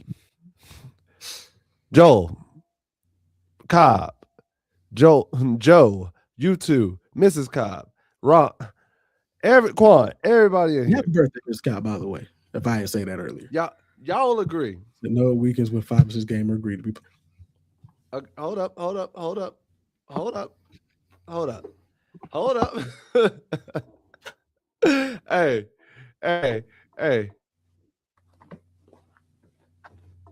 Hey. Can we all agree the NCAA is a business, right? No. So the NCAA ain't absolutely not a business. No. You sure? Like, don't be obtuse with me right now. I gotta get to where I gotta get to. So you got directions, but okay, go ahead. But no, they are a business. They are a business, right? Okay. What's this business in the business of? Making money, right? It's in the business of making money. I mean, as business should be. All right. Notre Dame join the ACC in basketball and every other sport because that makes them money. Not because they just want. Not because they just. If Notre Dame, like, yes, they have the right to choose their schedule. That is up to them. They can do that if they want for football. But if there ever came a time where Notre Dame was making, let's be real. Let's be real. If there was ever a time, hardly any college in America now is a learning institution, where Notre Dame was making less money by itself as an independent for football than it was if it joined the ACC, the SEC, or the Big Ten, if it was making less money as an independent than it would as a per team, as a part of the bigger deal, which we all agree the conferences obviously get more money because there's more teams to feed, then Notre Dame would be inclined to join and would more than likely 99% join a conference if they knew, oh, snap. You're not wrong, Joe. You're not wrong. So OSU is in the business of educating football players. You're not wrong. Neither Oklahoma State nor Ohio State. None of them.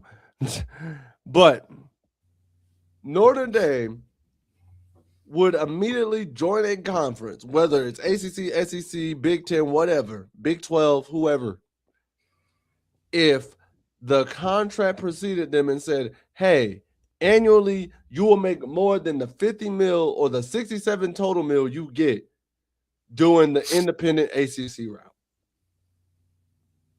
If the ACC told Notre Dame you'll get 70 mil outright per year, more than the NBC and the ACC deal combined, we'll just give you 70 mil outright, Notre Dame would be in the ACC 1,000%. You know what? To your point, I think this. I think the only way, let's say Notre Dame moving the football team to the ACC with the rest of their programs, the only way that would have happened is if they guaranteed that Notre Dame got the largest piece of the revenue share. To prove my point, look that kids graduate in Notre Dame, Northwestern, even. Oh yeah, no, we don't disagree with you. Like Notre Dame is a good education is a good place, is a good school for education. I've never heard anything bad education. I'm gonna say this. I'm not gonna say I've ever heard anything bad about it, but I'm also understanding, and I'm also understanding it's about the name brand. It's about the name brand and the money that they generate. And yes, nobody's saying any college is all about the money, but we're not gonna sit there and say collegiate athletics isn't about generating money. And Joe, and once again, also to your point, Joe, No, we're not saying that Notre Dame, the school, is all about money. We're literally just talking about the football team. We're just talking about the sport. We're talking about that particular sport of football. Is the main reason why it stays independent is because that football team can generate more money for the school. This is UNC trying to bump Notre Dame. I'm trying. They're not. No, they're not. And you know that. The same way you tried. Okay, so if that's the case, Ohio State and Ohio State that means if you're trying to say that, you can't say that about that Notre Dame is two different things and it's not about the money, but Ohio State is only about the money. Because there are plenty of people who have regular great degrees that never played for Ohio State athletics at all. And just like you pointed out with North Carolina, and I hate Ohio State. Think about it with North Carolina. As great of an educational institution it is, we know the school isn't known for football, so they do separate football from the excellence of the rest of the school from time to time. My kids go nowhere near Catholic school, especially. Hey, Joe. Hey, I just picture you two again with the newspaper. I wouldn't let my kids go to it. Hey, Joe. I wouldn't let my kids go to it. Look, and Joe, we don't listen. We all equally hate Ohio State, but we don't disagree with you. But we're not going to sit there and say one is this and it doesn't apply to all. We got to be fair across the board. Yeah, if you're going to say that the programs themselves under the school are all the same, are all one and the same, you got to say the same thing for everything else. But right now, when it comes down to the fact of that the only sport at Notre Dame that is independent, while the rest of the school is in a particular conference, is the football team. And we're just talking about football alone. Whoa, hey. I think your kids are smart enough, so. I mean, mine, it's too early for mine to tell, so. Nah, he's talking about YouTube. I ain't putting this. That's the fight between the two of them. Anyway, that's about between the two of them. Let's talk about Nyla Brooks real quick. Shout out Nyla Brooks, bro. Shout out Nyla Brooks. Hey, I'm gonna give you a big Zoidberg for that. Nyla Brooks is heading to the USA 303 camp. Okay, fair enough, Joe. So yeah, guys, we'll back off of the Catholic hate for a while. So we'll just back off the Catholic hate. Let's leave this man's faith alone. We're not trying to be rude like that.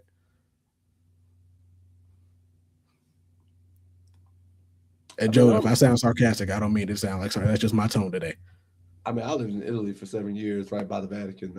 I feel like I've got a little room to say what I want to say.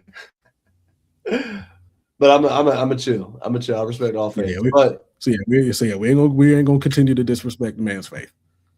But I'm gonna say this: shout out Nyla Brooks, man, because she is being invited to participate in the USA 3-on-3 Women's Basketball Development Camp out in Phoenix this upcoming week, and she's trying to earn a spot out there, which I think is kind of cool, especially with the Olympics coming up in 2028.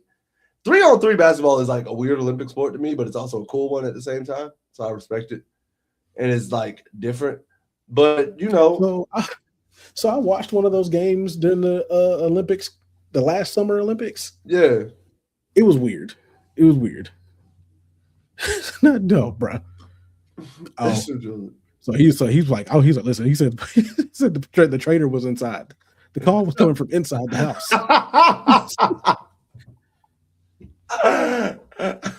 Woo! But yeah. That's what Caleb said when the calls are coming from inside the house.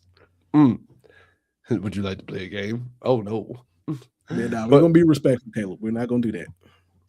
But it's like Brooks appeared, if y'all recall, Brooks appeared in all 36 games, averaging 8.6 points on the floor, shooting 36 from the floor, and also knocking down 63 trays, the most by a Tar Heel freshman since honestly the 2015-2016 season.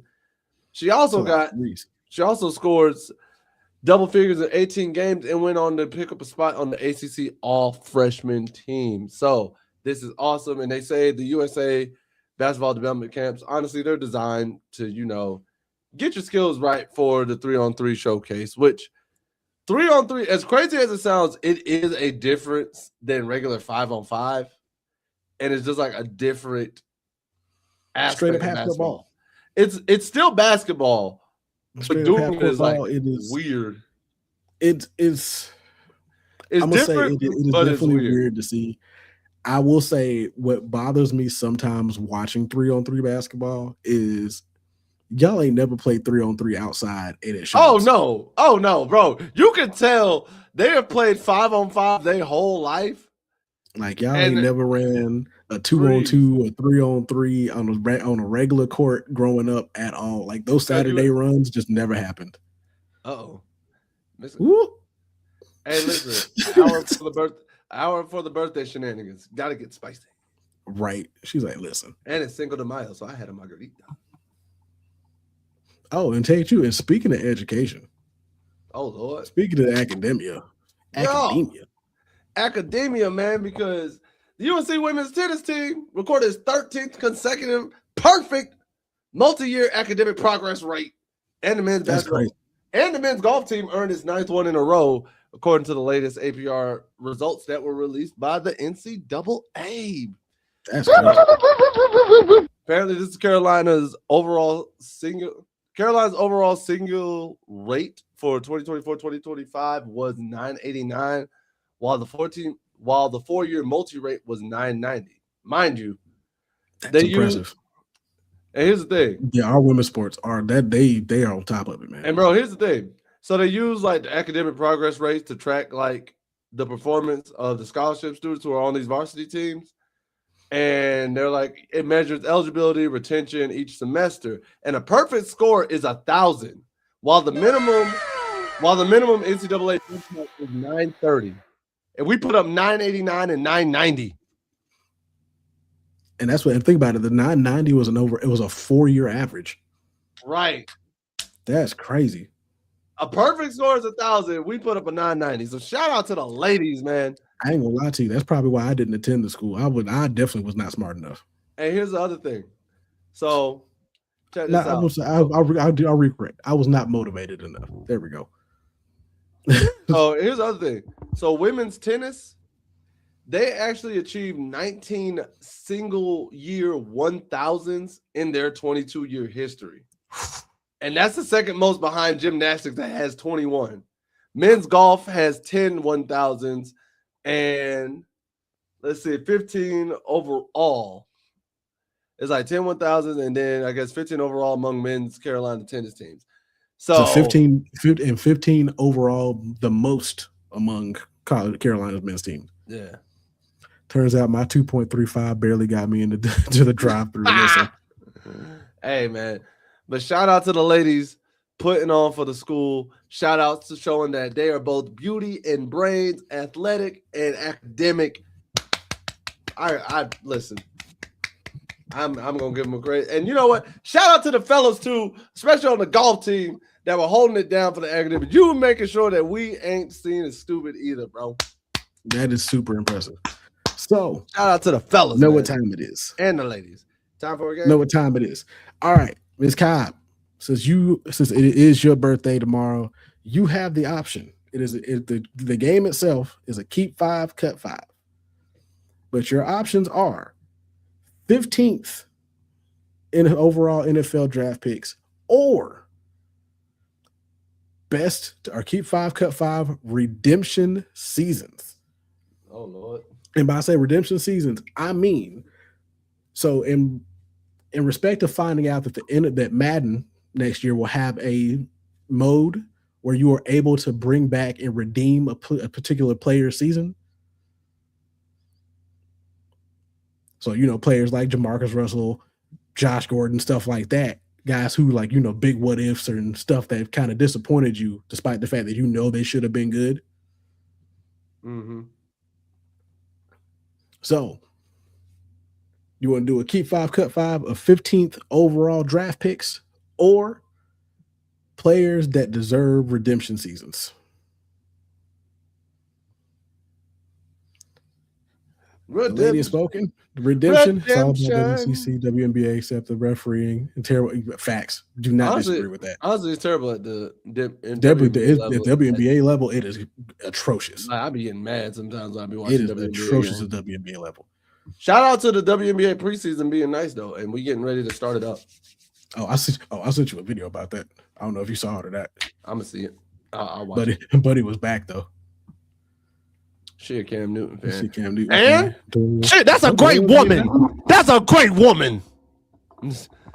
Boy, sit down. Calm down. That's a good woman. You're doing too much.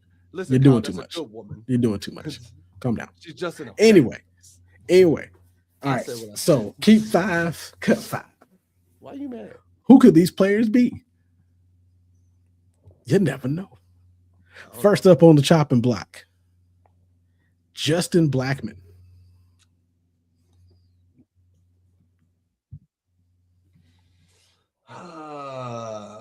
I'm gonna cut him because that man ended up in jail. Well, that's what I'm saying. This is for redemption. This is like, do they deserve to? He ain't gonna redeem himself. He gonna end up back in jail regardless. Now this is alternate universe. He got the redemption. He back in it. He gonna end up. He was an Oklahoma State wide receiver who came into the league, and he was supposed to be kind of like Dez Bryant. He was supposed to be like a Dez Bryant type of wide receiver. Yep, player from Oklahoma State. Yep. But he ended up falling out of the NFL, and now he's actually in jail. I want to say he got caught up for possession. I want to say. I'm cutting him.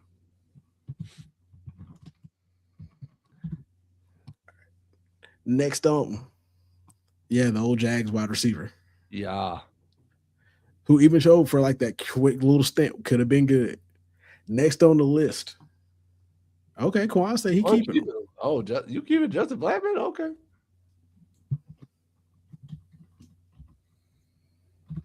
Quan say he keeping him. All right. So next on the list, Marcus Vick. Oh. Yeah. I'm reaching deep in the bag for this one. I ain't even gonna lie to you. I saw no potential in Marcus Vick when he came out. I'm gonna cut. I saw no potential in Marcus Vick when see, now you're making me feel bad because I feel like if those were my first two, I would have kept Justin Blackmon over Marcus Vick. But yeah, I'm not keeping Marcus Vick at all.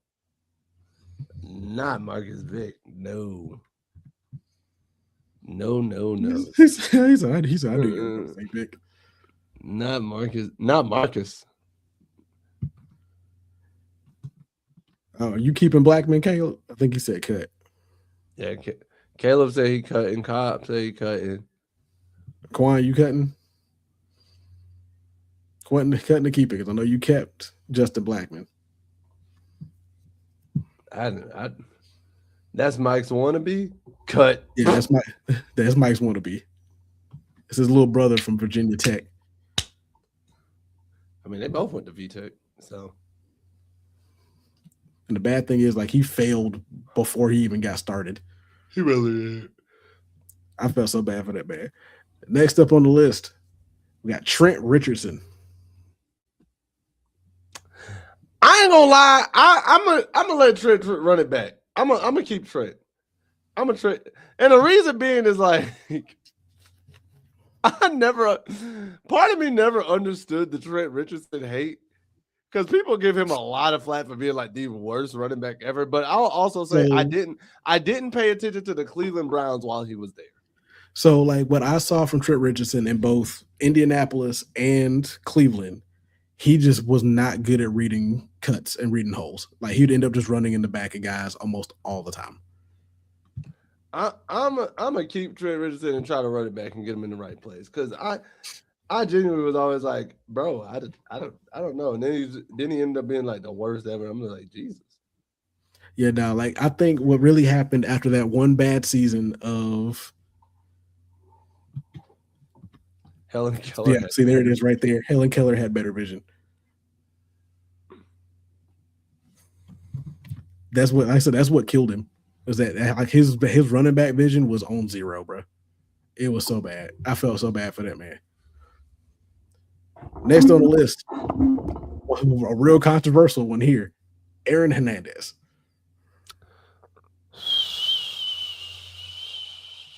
I ain't gonna lie, I'm keeping him. Real controversial one there. Listen. Mr. CTE, that one is. Ain't even CTE. That man. No, it wasn't. That man a full on control alt delete type of person. Delete. Hey, Caleb put it best. Scared to cut him, keep.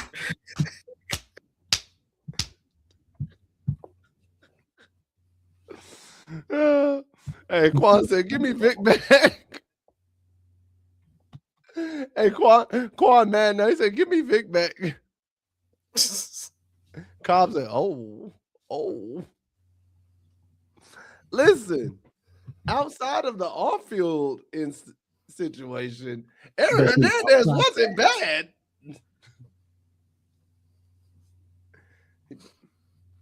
He better than Greg. Outside of that. So what's the word, Cobb? You keeping or you cutting him? He better than Greg Hardy, in my opinion. He'd be out there killing them. Keep. I'm out. Okay. Oh, we'll keep you. Oh. Next up, the money man himself, Johnny Manziel. Nah, cut him. I cut Manziel, bro. I respect his documentary, but I'm cutting Manziel. He said, "Oh, Johnny Tyler, Johnny Football, I'm cutting." And you want to know something funny? And y'all can call me a hater about this. I wished for Johnny Manziel's downfall in the NFL. I wish for him to get injured, but I wanted him to be like, "Yeah, nah, you ain't that guy." That man made one highlight play versus Alabama, and all of a sudden he was the greatest thing since sliced bread. That was my thing, Quan. I was with Quan. Like, if he had gotten focused and had a redo, he would have got it right. But because in his documentary, he was even saying he was like, man, being in Cleveland and stuff, like I lost my love for the game, and I get that, but I'm like, bro, you should have known what being a number one pick was going to entail. Well, not even just that. Like, he was already on that downhill slope before he got to Cleveland. Oh, for Cleveland sure. just solidified it for him. And now he did try again in the CFL, but it didn't work out too well. For sure. He messed up EA, NCAA. I mean. All right, next on the list, Trey Lance. Honestly, I'm going to keep him. I thought highly of Trey Lance.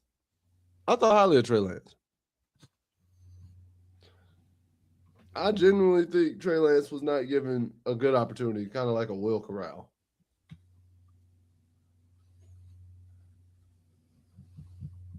So what about I've kept 3 and cut 3? Yep, you've kept 3 and cut 3. Cobbs will keep. They keep him Trey Lance. Caleb said, if I'm out of quarterback options. What say you, Quan? You guys are funny. I came in here trolling Joe because I remember him saying he had nothing against Notre Dame except for football. So I deserve this chat's wrath, but I appreciate the respect. Of course, man. We want you to keep coming back. That's why I said there had to be at some point a tier trolling, because I'm like, wait a minute, we done got too far. Bro, like he sucked us into that vortex for like a good hour. Right. Of my faith, but I'm exhausted. Oh, of course, man. Like, listen, we don't hate on nobody in here. Like, every joke that's made is out of good fun. Everybody's like, we're not trying to be disrespectful to nobody. If you get to that level, just like you did today, just go ahead and say something. We'll shut it down. We don't want nobody feeling like they're not welcome here. So anybody and everybody's welcome here. All right, so progress report right now. So Myron, you have 2 keeps left, 2 cuts. Woo! The Cobbs, you also have 2 keeps, 2 cuts left. Woo! Juan, you have same thing, 2 and 2. Caleb, you got 2 and 2. Woo! Next up on the list, Colin Kaepernick. He said, except Johnny Football. I am keeping. Appreciate you. Dang, can I cut Trey Lance and keep Colin? Nope, you made your decision. Damn. You know what? I need a backup anyways. Colin, bring your ass here.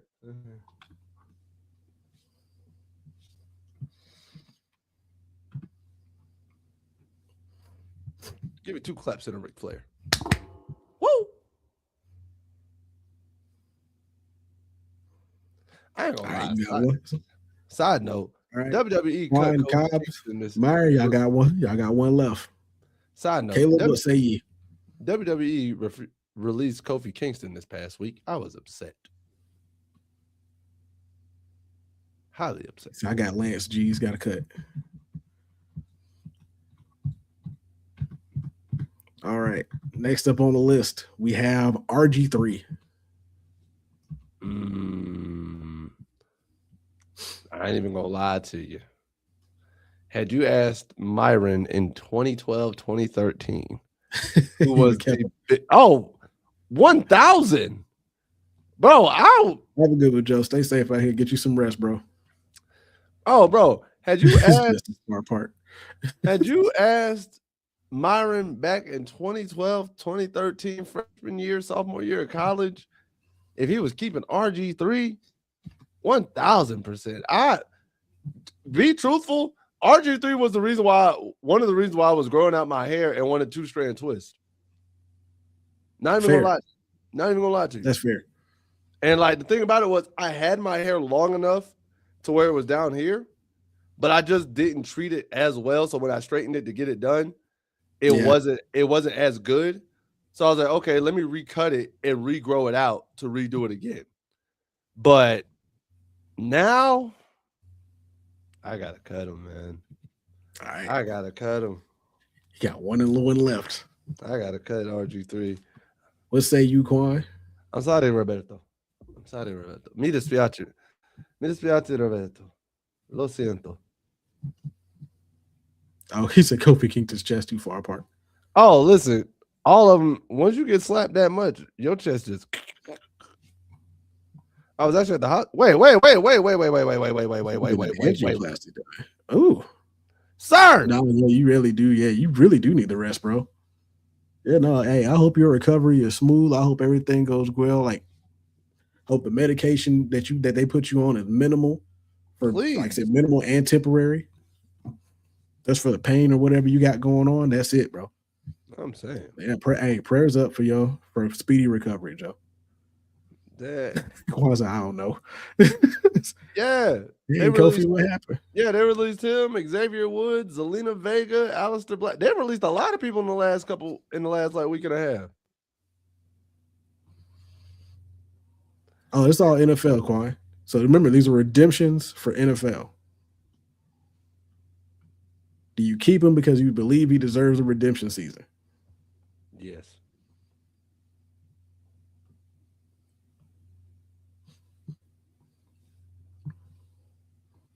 While Quan figuring it out, pray for your total recovery better than before, Joe. Tell you, we got your back in here, man. So we may joke, and sometimes it may go a little far. It's a cut. I'm scared he won't stay healthy. That's fair. All right. Down to the last two. Next on the list, Jamarcus Russell. Absolutely not. Get that out of my face.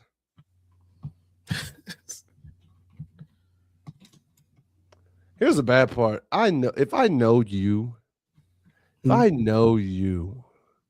you have set me up for the okie doke and found something even worse than Jamarcus Russell for this final selection. And you're going to piss me off. And I'm going to be so upset. And I'm going to be distraught. And I'm going to be dismayed to the point where I will throw this slime. And the fact that it's invisible makes me mad. The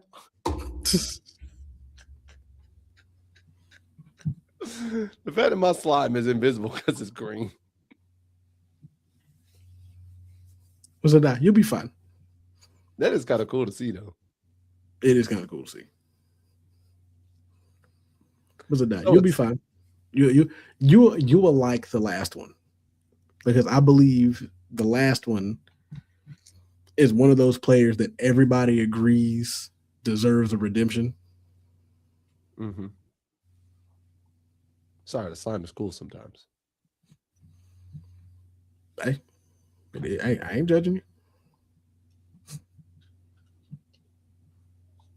We're just waiting on Quan to make his pick. I'm pretty sure he's gonna cut him. Yeah, there we go. All right, so y'all cut Jamarcus. So what y'all have so far? So Myron, yeah, who you have kept is Trey Lance, Trent Richardson, Colin Kaepernick, and Aaron Hernandez is your first four. Yeah. Cobb family, same four. Quan, you have kept Justin Blackmon, Johnny Manziel, Aaron Hernandez, and Colin Kaepernick. Caleb, you have kept Trey Lance, Aaron Hernandez, RG3, and Justin Blackmon. All of you in your last round for your fifth and final player have chosen to keep and bring back for redemption Josh Gordon. You know what? I'm okay with that. I'm okay with that. Stop smoking the weed, man. We can be okay, Josh. Put the weed down. Put the weed down. That's all he had to do. We can bring you back. It's okay. That's some superhero slime. It really is. Like, we can bring you back, Josh. It's okay. Just put the weed down. Because we only saw him elite for that one season, but we knew had it not been for the weed situation, Josh Gordon would have been destroying defenses for several years. Easily. Cam, bring back Cam. I mean, nobody wants Cam Newton. He's too outspoken and on TV too much now. Rosa put a bad taste in my mouth. Fair enough. Pause, but fair enough. Nani?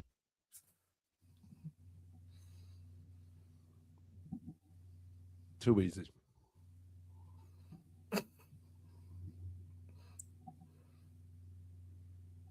Hold on. I apologize for my outburst. Hey, Myron. Right. Kwan's like, I forgot all about Josh Gordon. He just got paused. Like, pause. I'm just saying, right? Oh, here it is. Pause. There it is. Like, knew it was in here. Hey, not Miss Cobb said, oh. So I know you were doing offense, but Bob Sanders was a defensive rendition type guy. You know, it's funny. I was looking up some guys, and Bob Sanders did come up, and I'm like, Bob Sanders won the Super Bowl and was great on that Colts defense. I was about to say, but still, though, Bob Sanders still had a really good career up until the point he just wasn't. But I get where people are coming from with that, though.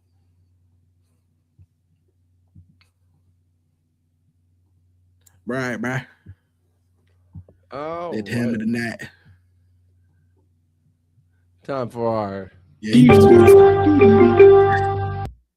Bob Sanders was a menace. Take it away, Pity. The biggest busted Raiders history. Pause.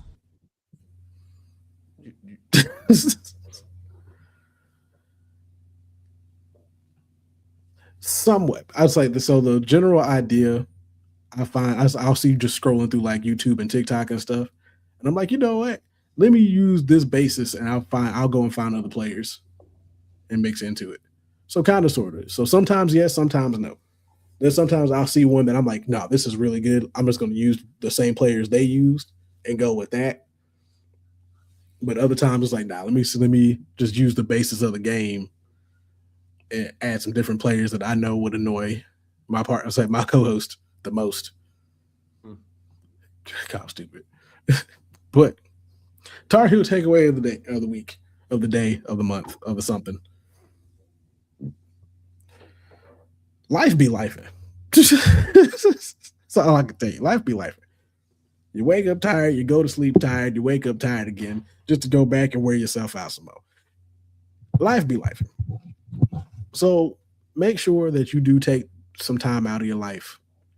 And even if it's just once a week or just for like an hour, a couple of minutes or so, sit down, enjoy the little things for a quick minute, and realize, yeah, life can be the absolute worst, but only because there are some days that we just don't get a chance to sit down and really appreciate the fact that we exist and just get a chance to just kind of pause for a second. Make sure to put in an effort to just kind of sit down.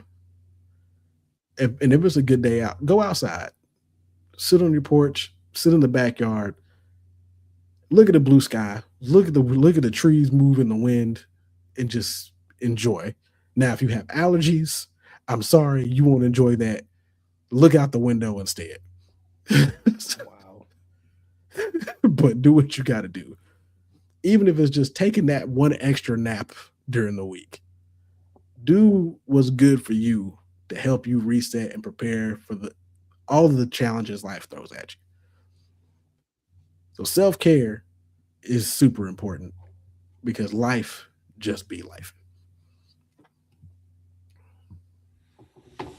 I saw that. Wow. I said what I said. Hey, you know how many times you made a statement while I gave my takeaways? So it is what it is. Listen, some people's allergies be destroying their life, bro.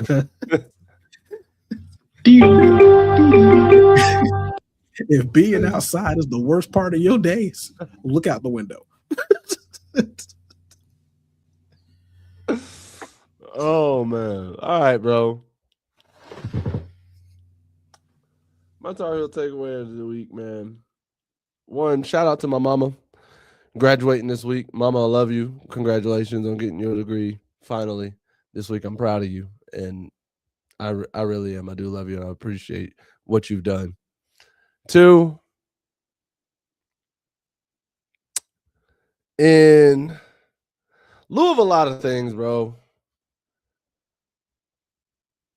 I'm gonna say this. It kind of goes coincide of just finding what you said and find the best of your days.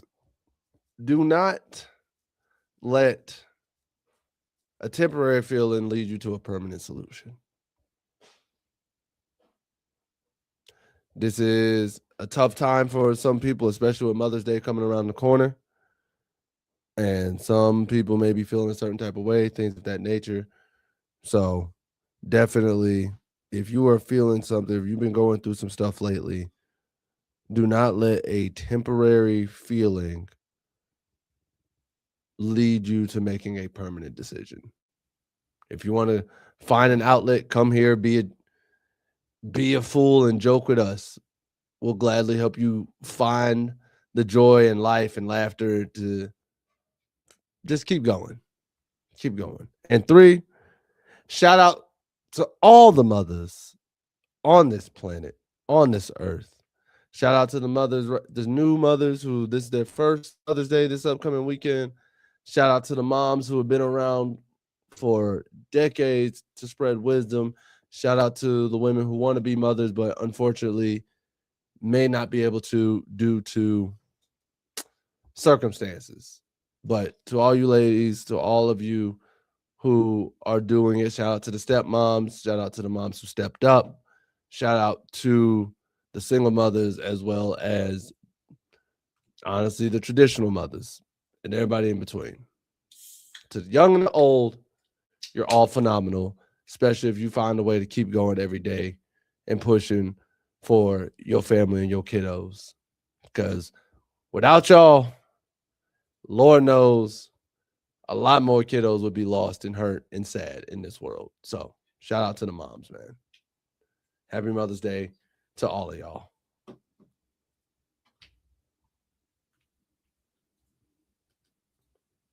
Cobb said, we deep today.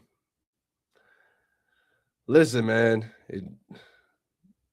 Like I said, Tar Heel takeaway of the week. Sometimes you just got to speak what's up. We always speak what's on the mind. That was on the mind. So this man looks like he.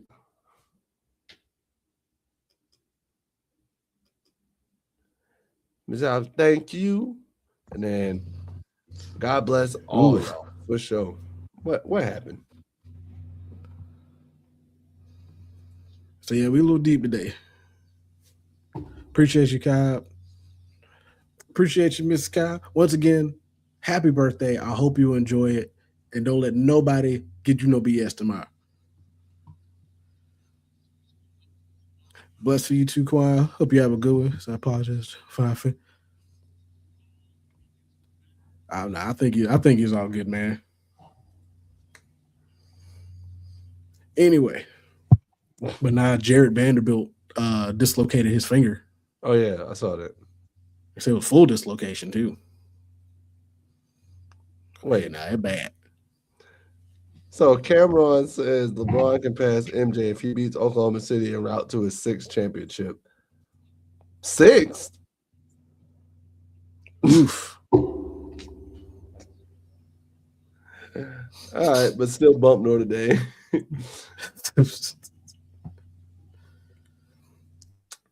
All right, boys. Anyway, once again, appreciate y'all for coming. Hope y'all see y'all next week. Y'all know how it goes. Every Tuesday, 9 p.m. right here. We're probably gonna go to 9:15 starting next week. Quick heads up for a couple of weeks. It'll be 9:15 because I have some practices I have to go to on a couple of Tuesdays this month. It shouldn't stay. It will more than likely won't stay that way.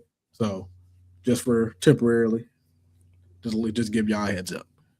But happy that y'all show up. Happy to see y'all here. We getting more and more people every week. We love to see it. Remember, share it to your mamas, your sisters, uncles, granddaddies, cashier at Kroger's, Harris Teeter, Publix, and your local Wawa.